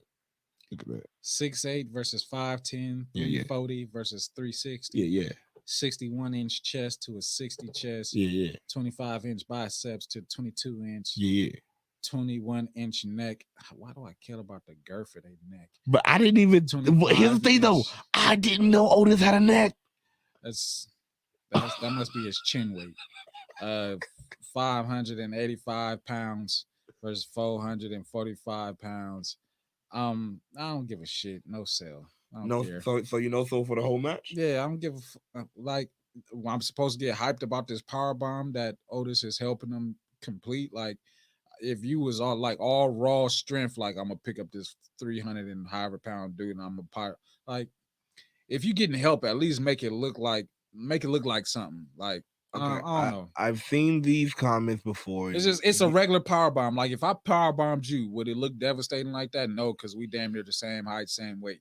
You know what I'm saying? As to like Wardlow power bombing Mark Sterling. You know what I'm saying? Like, he's little, he's smaller, so it's gonna look like something. But power bomb somebody the same size as you, like, you gotta make it look like something instead of just up, down, up, down. That's all. I'm glad you mentioned it. But so, do you think that? Yes, they brought Braun Strowman back, but Braun. Would you say that Braun is now their Wardlow, or Wardlow was their Braun? Is AEW's Braun? Because like, why did they bring him in and now instantly he's doing the same shit? He's doing the same shit. Yeah. So, are you agreeing that he's doing the same shit? Or you just don't like it? I just don't give a shit. Fuck it. All right. So no sale for that shit. I agree. I can agree, man. Yeah, I get they're trying to get his comeback over, but it's like right now it's just like, first of all, you came back and you came back doing the shit that we did not like in the first place, and you destroyed tag teams. Stop fucking with the tag teams. Leave tag teams alone. It's not his fault he's not producing his segments. No, but all I'm saying is that's not good for you. Stop fucking with tag teams. Stop it. Stop. Who knows what's next, but hopefully not what everybody else is talking about when it comes to Scarlett and Cross and Bray, and yeah, just hopefully. But speaking of which, poor Drew McIntyre had food poisoning on this episode of SmackDown, but he received an IV to get through everything in this little moment. I don't know, took a kick in the dick or hitting the dick for him to be able to kick in the dick. But what happened before that though? Didn't he get fire in the face? Yeah, it kind of missed. Not in the face. Yeah, fire on top of his head. So it singed his hair. Yeah. Scarlett missed with that fireball. Yeah, and he totally no-sold it too. Yeah. But like I understand it though, because I'm like, you missed. Yeah, like I would have felt on no-sell it too. It's like, nigga, you missed this shit. You missed. You pissed young rich skinny off. You see them comments? What she said? Oh Lord. Oh God damn it. Let's oh gosh. Should we go through? But yeah, well, if you must. Fuck, She says, Trish Stratus was an underdog champion when she became champion. Now look at her. No, she wasn't. Trish Stratus was not an underdog champion. Trish Stratus was TNA. Trish Stratus was a natural heel, and she always found a way to win. Always. If it wasn't her boys, it was herself. She always won. And then she even got better and better in the ring. Jesus. But it wasn't an underdog way. You guys are pissing each other off. Let's go. Jesus. Let's go. Nikki Ash, I know you lying. Yummy or Skinny says. Wasn't she underdog? Says, no, you didn't. I did. She also says Nikki Ash only had that title for 20 seconds. She's incomparable to Liv's reign. Underdog. Jesus. Underdog. The win was still wonderful, wasn't it? Moving on, she says Scarlet Queen sell. She's selling for Scarlet. Fall and pray. Oh Jesus. Yes. Nothing at the moment on Scarlett's aim. yeah, nothing at the moment exactly on her aim because she shot over his tall ass quickly. But she says, yes, the hell, Trish Stratus was a baby face when she won the title. She was a heel and she was a baby before. Do you know how many times she won that title? She is arguing back and says Trish was not a heel when she first won the championship. Y'all go out on a date afterwards. And she still won the title, though. You might get in trouble. You can't go out on no dates with nobody but your wife. Thank you, sir. What's wrong with you? I like violence. Not in my home. It will not be. I like violence. God. Let's moving on. Let's get through this, man. Let's get through this now. Is there anything else from SmackDown that you would like to mention? Because I have nothing I would like to say. Well, of course, I will always sell for my boys. Yeah. Money. Hit row. Of course. Always sell for the homies. Their backstage segment. And, they pretty much kind of got put in the Street Profit role on SmackDown, even though the Street Profits are always on SmackDown in the same Street Profit role, but they got kicked in the face by the Lethal Leathers. So that's a feud that's happening or whatever. Hey, shout out to AJ though too, because your face was like you was really about to kick his ass, and I know you was. And like I can't wait till you do that shit. Cause like shout outs to LA, taking his jacket off, throwing it at people, stupid models losing and shit and all that and everything. Yeah. And Maxine standing there turning people on by doing nothing. That's some sorcery. That woman. That's some sorcery. Some sorcery, like just standing there doing nothing, but somehow just like. Young with Skinny wants you to go back and rewatch the 6-way women's title match at Survivor Series in 2001. I will do that and hit her up about that. But yeah, even if she's here's the thing, I'm not even saying if she was a heel or not a heel, but she still was not a full underdog champion. She had her own. Never mind. I sell for Ricochet selling. Ricochet. I got this jacket in my cab. I sell for Ricochet selling. Okay. It's kind of like a tongue twister. I sell for Ricochet selling. I sell for Ricochet selling. I sell for Ricochet selling. If y'all don't know what we're talking about, pretty much, man, we had a backstage segment which still includes the bloodline segment. Telling Sammy, Madcap and Ricochet were telling Sammy how annoying he is, and how much more annoying he is. And Sammy was like, "Hold up, when you talk about me, you talk about the bloodline, you better watch that." And they like, nah, we don't care about none of that. And then, you know what I'm saying? Go ahead, show them, man. You understand? Listen, I get you might consider yourself an honorary oops right now, when in reality, everybody here knows that you're nothing more than a certified. What's it say?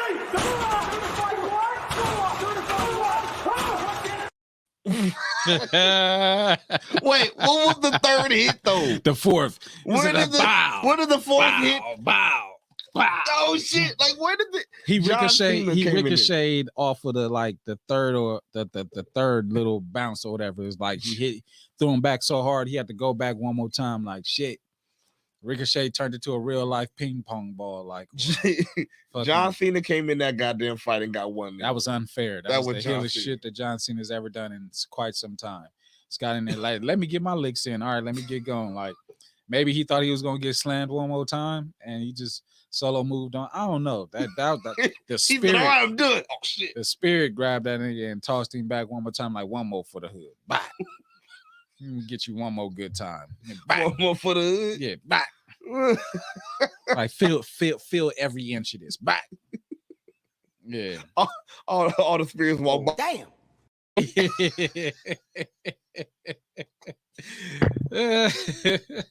Like that boy good. That boy good. Casper walked by. You got knocked the fuck out. Wow. He probably still laying there. He probably still getting thrown. We should give Ricochet the sell of the week, bro. Yeah, he definitely got that. He got the sell of the week. I'm bro. Ricochet selling, man. Ricochet. That's his new shit. Ricochet. Yeah. Jesus Christ. Man. Pissed young Rich Skinny off. She says he throw a damn jacket at Maxine again. He gonna have to hear from me.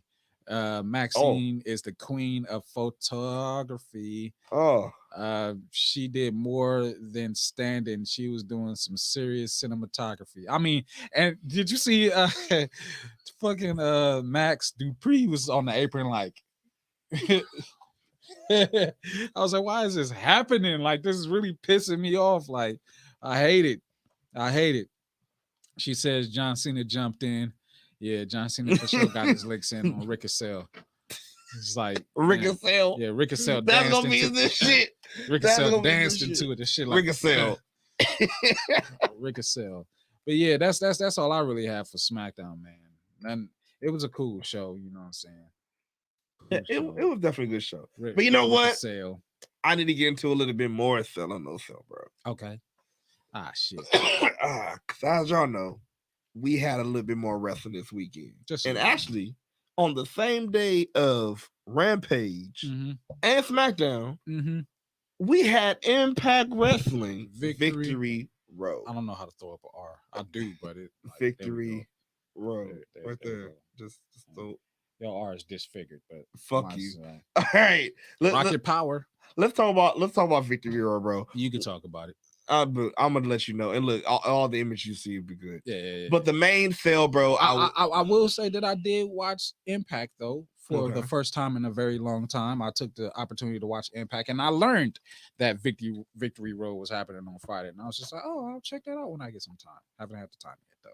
What's some things that you liked that you saw on Impact before we get into Victory? I don't know why, but I like the K for some reason. I like the music. I like the whole everything. Eric Young throwing them damn potato punches at all of the little the troops or whatever. You trying to jump people into that whatever his group name is. Violent by Design. There you go, Violent by Design. Yes. I was just like, hit them at least. Jesus, not hit them at least. At least, like it was a bunch of this. Like, oh no, he fucks them up though. No, he fucks them up. It was a bunch of that. Oh shit, that's a paragraph. I'm not reading that. Yeah, but you know, it was interesting. It was interesting. You know, TNA. I'll be watching. You know what I'm saying? I'll be watching. Well, let's talk about the main event we have for Victory Road first, because that was one of the main sales that I had. Victory Road coming up. We had Sami Callihan going up against Moose and Steve Macklin. Yeah, and you know the whole little contract signing that they had on Impact, where Sami Callihan didn't come out, and you know you got what's his name? Not Moose, but the other dude. Sami Callihan? No, Steve Macklin. Steve, there you go, Steve Macklin. 1/3 of the Forgotten Sons, and I forgot about Son.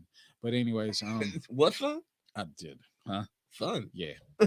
But how they were like building up, like, oh, we're on the same team, but we're not on the same team, and I'm gonna screw you, and I'm gonna screw you, and we're gonna screw each other, and then Sammy was just like, sorry, I'm late, boss. Like, I forgot my favorite pen and my favorite chair or whatever. Like, Jesus, like, I don't know. It was straight, but I could figure what type of match was it supposed to be? This was a barbed wire everything. Oh, okay. Well, right. I'm going to guess and say that Sammy won. No. Oh. Steve Macklin came out with the win, bro. Oh. Steve Macklin, like a bloody Punisher. Oh my God! When he put the war paint on, that's when he got. This is the same man that with the last time he wore this war paint, he beat Chris Sabin and Jay White in the same night. Oh, yes. On some Jericho shit? Yeah, nigga. Yeah. Hey. No titles on the line, but he beat him. Yeah. Anybody that's putting down my boy Jay, Bruh. I might have to check it out. Yeah. Bro, it was dope. Switchblade. But yeah, man, it was definitely a good match. It was a gruesome ass match. That's this right there to what Steve Nash was getting cut open with. This was a barbed wire wrapped Nintendo 64 controller. Yeah, well, you know, Santa Callahan had a barbed wire wrap pin, idiot. Bruh, it was you the one using it, dummy. Like it was crazy, man.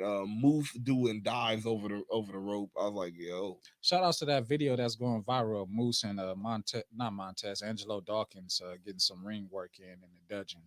You know what I'm saying? Everybody saying they want to see that match now. You know, I'm down for it. I could dig it. That'd be dope, man. But definitely selling for the main event for that match. That was, oh man, I have to check it out. You know how I hate spoilers and stuff. Yeah, but I'll check it out. Another thing I'm selling for is Mickie James, and not really the full match, but I'm loving her. I'm loving Mickey's storyline. So pretty much she's in a storyline right now to where she's saying, "Look, I'm in it again to where I want the championship. I know, because at first everybody thought that she was going to say that I retired. Yeah, but she was like, look, nah." So pretty much what it is, I'm putting myself on stakes mode. So either it's championship, I'm going to face all the best everybody in Impact, past Impact, everybody. But I'm going to face everybody in it. And it's pretty much the next time I lose, I'm done. Yeah, and I didn't see her losing to Shaw. So nah. I was just like, all right, well, I see where that's going. Hey, she on some Ric Flair shit right now. Next time I lose, I'm done. She going to find her Shawn Michaels. And her Shawn Michaels gonna put her out of her misery. Definitely, yeah. But it's definitely a good storyline coming up, man. Who would be her Shawn Michaels? I gotta, yeah. Damn, man, and you know that's a good fucking question. Who do you think should or would be the one to retire Mickie? Would it be Mia Yim? They do a lot of. What's that cross? But you know, intergender wrestling. There you go. I don't. Jordan Grace, maybe. Here's the thing: I don't think it's being Mia Yim because she just after her match, she challenged Mia Yim. Jesus Christ! So I don't know, but it might be Mia Yim. Maxine Dupree is not even in Impact. Young, rich, skinny. Oh God. Oh, but it could be it could be Mia because you again we don't know when she would lose. Yeah. You feel me? And we don't even know if she will get all the way to the championship or not. Yeah. We don't know if this would. Because here's the thing: what if this is her way of saying, "Look, I'm not gonna retire of just giving a retirement announcement." But I want it to be a match and let it be a big match and let it be one that also, you know, nobody expects. That's the predicament she put herself in. You feel me? Where she really don't have to do the whole, well, you know, I gotta retire. She can really set it up to where whoever she did, she pushed to the moon because it's Mickie fucking James. Yeah. It's Hardcore Country. Hardcore Country. You know. Hey, let me stop. Okay, but yeah, man. So it's like, oh my God, oh, younger skinny.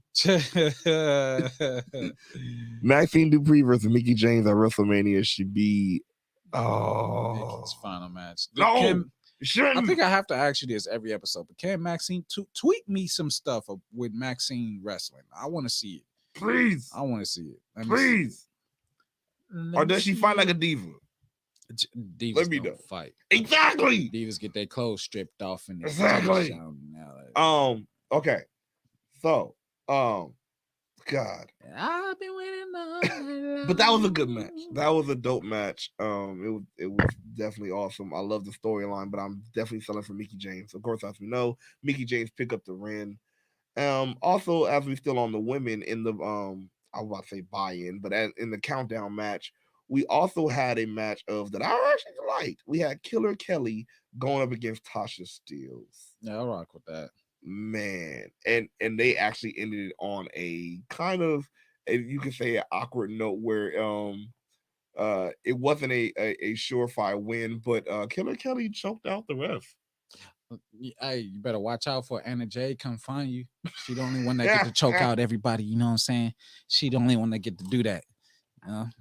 Chill out. So it ended in a disqualification. Tasha wins, but it's like in the same breath, like, yeah, Killer Kelly is still scary as fuck. Yeah. It's an interesting women's division. Yeah. Interesting. Yeah. Interesting. Definitely. General Skinny wants to know what's wrong with fighting like a diva. She also said she had that match on 2K and it was a 5-star match. Interesting. But so that you don't have to answer that, she says Tasha Steelz, she's that girl. Shout out to Teddy Steelz. Shout out to Steelz. Yes, the Boricua badass. Girl. Yeah. Let's just pull it up real quick and look at her just and, you know, also shout out to Something Else and Black Wrestling Podcast. They actually had Tasha Steelz on. Shout out to them. Yeah. Y'all, man, check that out.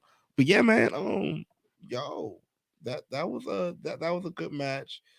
And then also on Victory Road, we had the first match of Motor City Machine Guns going up PCO and Vincent. PCO, man, Jesus, he's not human. Nah, PCO's not human. Fucking Quebecer. Might be over a lot of people's heads, but hey. He's not human at all, though. He's not. He's not Canadian. He's not a normal man. He's not a man at all. I don't believe. Yeah. Like, how do you put your body through all that shit? I don't know. And still get up, nigga. How are you walking regularly? How the fuck is this possible? I have no idea. But yeah. Okay. What else we got, man? But yeah, man. Also, we got Victory Road. We had the Bullet Club going up against the how did you say the name again?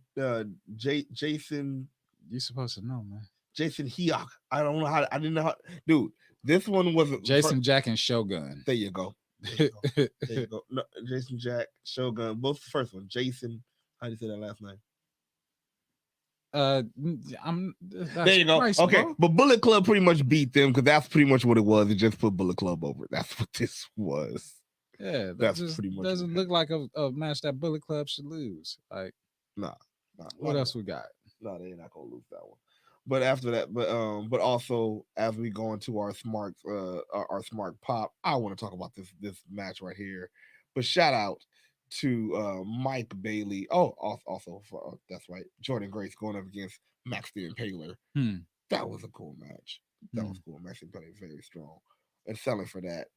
But Kazarian winning the triple threat revolver, selling for. Rock for it. Definitely. The AEW superstar Kazarian, of which they mentioned on commentary. So obviously there's still some type of working relationship there between Impact and AEW. Cool. You know, shout out to Mike fucking Bailey. Speedball Mike Bailey, man. Yeah. The match he had with Delirious, dope as fuck. All his matches are awesome. And you know what? Let's move to our Smark psychology pop. And you know what? I'm just gonna put mine up again. That's who it is right there. Speedball Mike fucking Bailey. Yeah, Speedball. That match you showed me between him and Riddle, crazy. I might have to.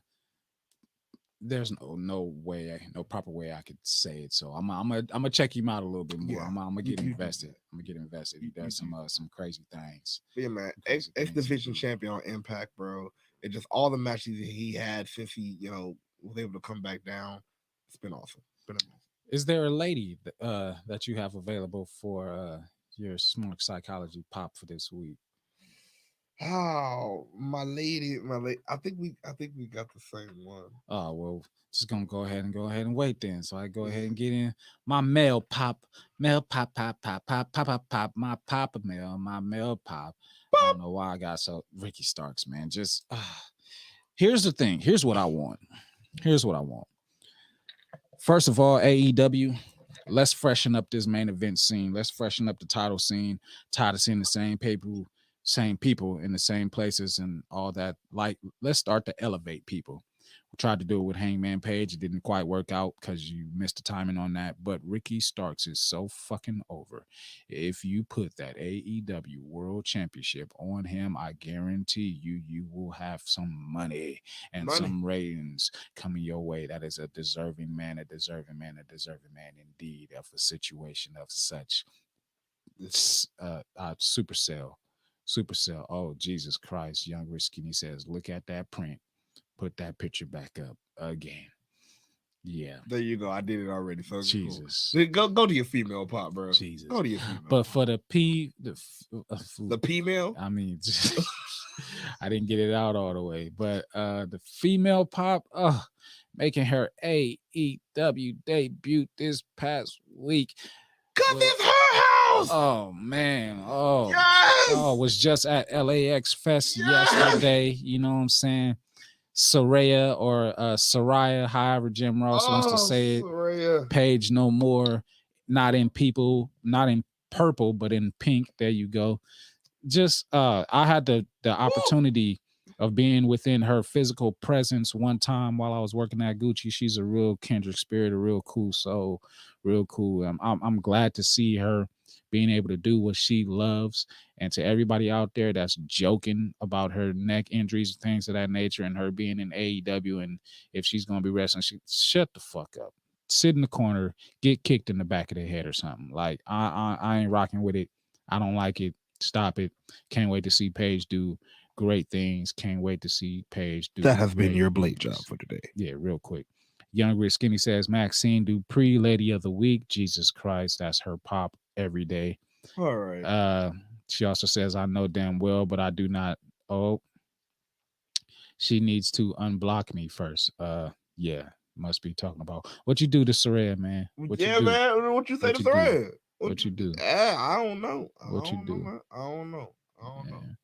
But you know what I'm saying? Sounds about right. You know, go ahead, throw that on and.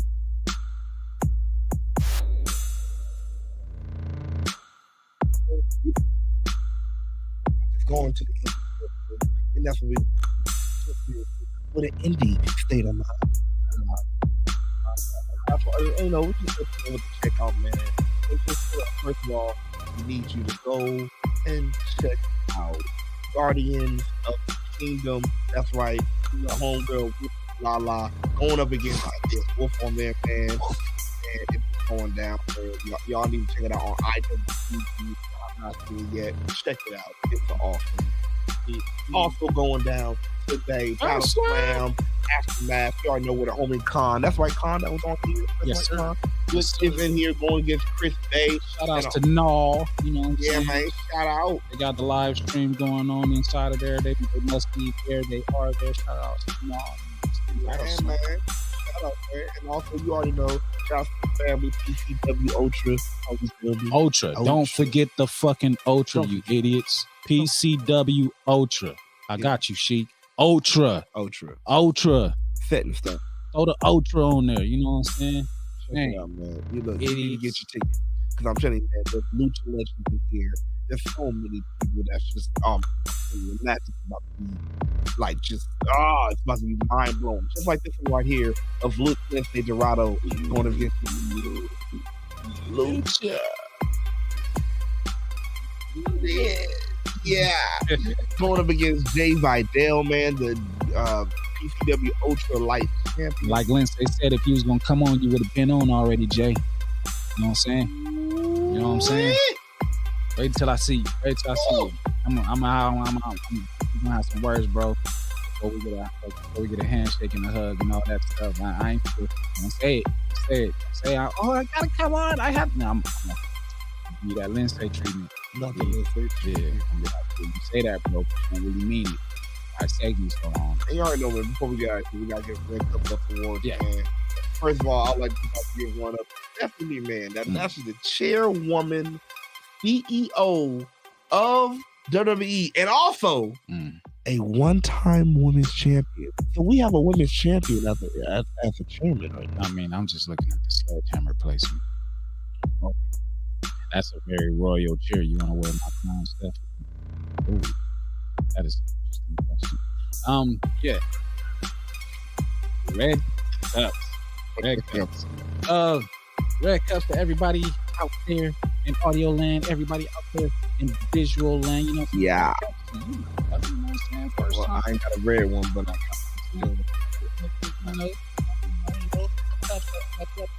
yeah. We're gonna see.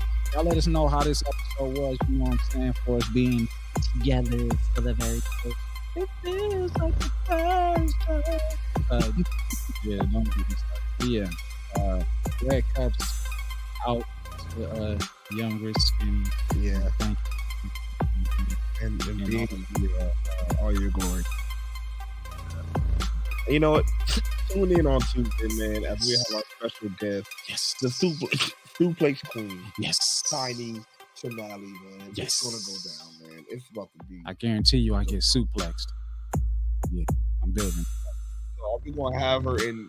Nah, I'm getting suplexed. She gonna flex me. Flexed. Is there anything else you need to say, bro? Oh man, just where the fuck you find us at when they look. That's what I'm saying. Tell them get what up out of here. Tell them where to find us. I'm gonna throw it up. Just tell them where to find us. Find us on. I bet you she said, yeah. Young Rich Skinny wants to know what you said. I don't know what you said. She'll let us know. But subscribe to Smark Podcast on YouTube. All you YouTubers out there, hit that notification bell. You know what I'm saying? Subscribe. What's coming through on Sunday, on Monday, on Tuesday, and Wednesday. You already know what it is. Yeah, and you already know, man. Follow us. Follow us everywhere, man. But if you know a little consistently, follow us on Twitter at Smark Psychology, and follow us on Facebook at Smark Psychology Podcast. Yeah. To the face. And all y'all out there in the audio world, you know what I'm saying? Y'all listen to us on Spotify, more things coming soon. Apple Podcasts as well, you know what I'm saying? You already know, man, why you want to do whatever you're doing, whether it's live, whether it's the next day, whatever you do, man. Audio, comment, like, share, and you know, same Smark time, same Smark channel. This has been your boy, J-KLASSICK.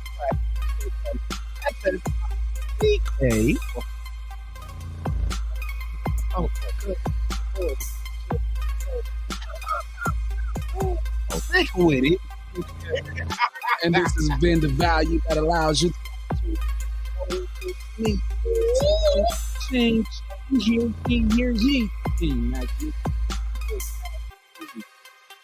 Smark Psychology Podcast. Yeah. Smark side. Get psyched and join the Smark side.